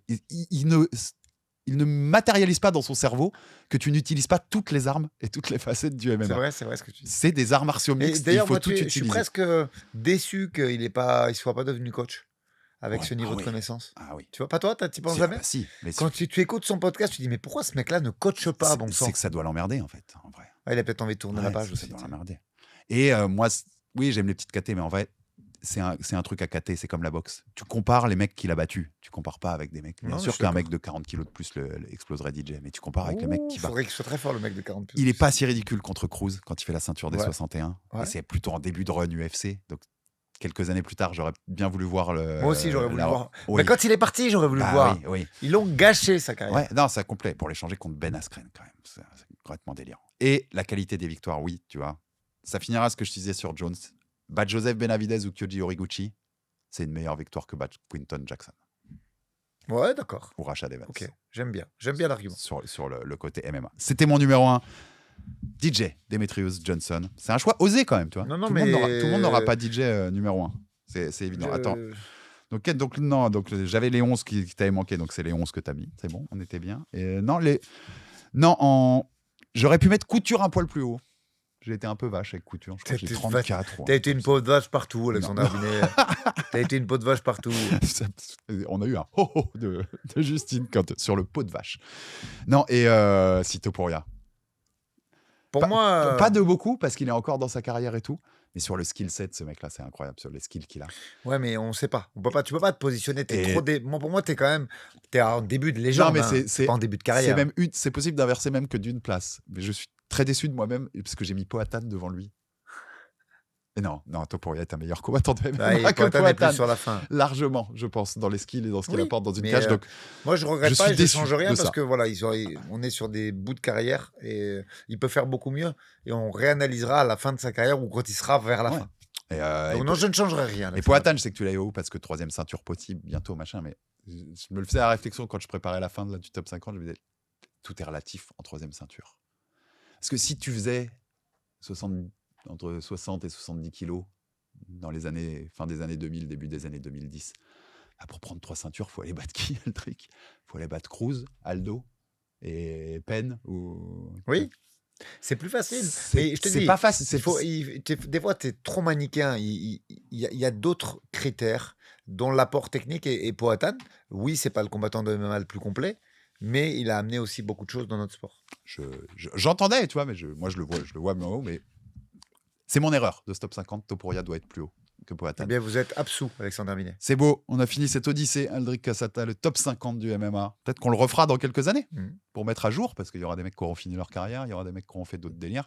vois, Topuria, il KO Makhachev. Est-ce qu'on a des Français quand on aura arrêté? Voilà, c'est la seule chose que je souhaite. Faut espérer. Ouais. Faut espérer parce Qu'il y qu'on ait en des a, Français. ni toi ni moi n'en avons eu un, mais c'est logique. En fait. On fera un jour, on a des top 10, on fera le top 10 français un jour quand même Ouais. pour se marrer le top 10 de l'histoire. Ouais, Topuria, KO Alors ça, c'est Makhachev. une excellente idée. Oui, on va le faire, ça c'est sûr. Top Topuria, 10 français, j'aime bien, Alex. Topuria KO Makhachev, si on le refait dans 5 ans, Ah bah oui. on n'a plus la même discussion. Ah bah non. Non, on n'a plus du tout la même Non, discussion mais même, je pense d'ailleurs. vraiment que Topuria sera dans le top 10 dans 5 ans. Ouais, oui, oui. Là, par contre, je suis très clair là-dessus. Il en a plus que le potentiel, c'est évident. Donc c'était cool, c'était très Ouais, cool de très faire ce top cool. 50 là. On n'a pas fait le féminin parce que c'est pas assez dense pour faire un top 50, on l'avait dit, mais on le fera dans un des top 10. On fera Ouais, top puis 10 on verra, féminin. peut-être ce serait bien. Moi, j'ai une petite idée en tête avec les 2 premières françaises qu'on signe à l'UFC, un petit podcast où on parle de MMA Tout à fait, féminin. on On en avait verra parlé. comment on peut faire ça. Mais on le fera plutôt en format top 10 pour donner les 10 plus grandes de l'histoire parce que c'est mérité. Et les Français, ouais, on le fera aussi. Parce que c'est pas si simple parce qu'il faut aussi reconnaître les anciens et ce Oui. qu'ils ont apporté à ce game-là. Donc ce sera très marrant de faire ça. Là, c'est toi qui seras peut-être un peu plus old school, comme Ouais. tu les as connus, tu vois, plus en live. C'est un plaisir de faire ce top 50 et on espère que vous avez kiffé ce voyage dans l'histoire du MMA, qu'on vous a fait découvrir des mecs. Je sais qu'il y a un mec qui m'avait dit qu'on lui avait fait découvrir Shinya Aoki. Je trouve ça génial. Ouais, c'est cool. De Non, c'est très cool. Découvrir le submaster, tu vois, Aoki, bah, c'est top. Ça apporte de la culture MMA. C'est pour ça qu'on appelle ça Jab Culture, Aldric. Merci beaucoup, Justine, comme d'habitude, pour la magie en régie. Aldric, on se retrouve lundi pour un nouvel Aldric NRB qui fera le débrief de l'UFC Fight Night à Winnipeg. Et puis la semaine d'après, il y a un autre, il y a un Apex, je crois. Un Apex. 25, ouais. Donc on fera la preview de tout ça. Puis on parlera, bien sûr, comme d'hab, du reste de l'actualité MMA. Merci à tous. À très vite sur Jab Life. Ciao, ciao.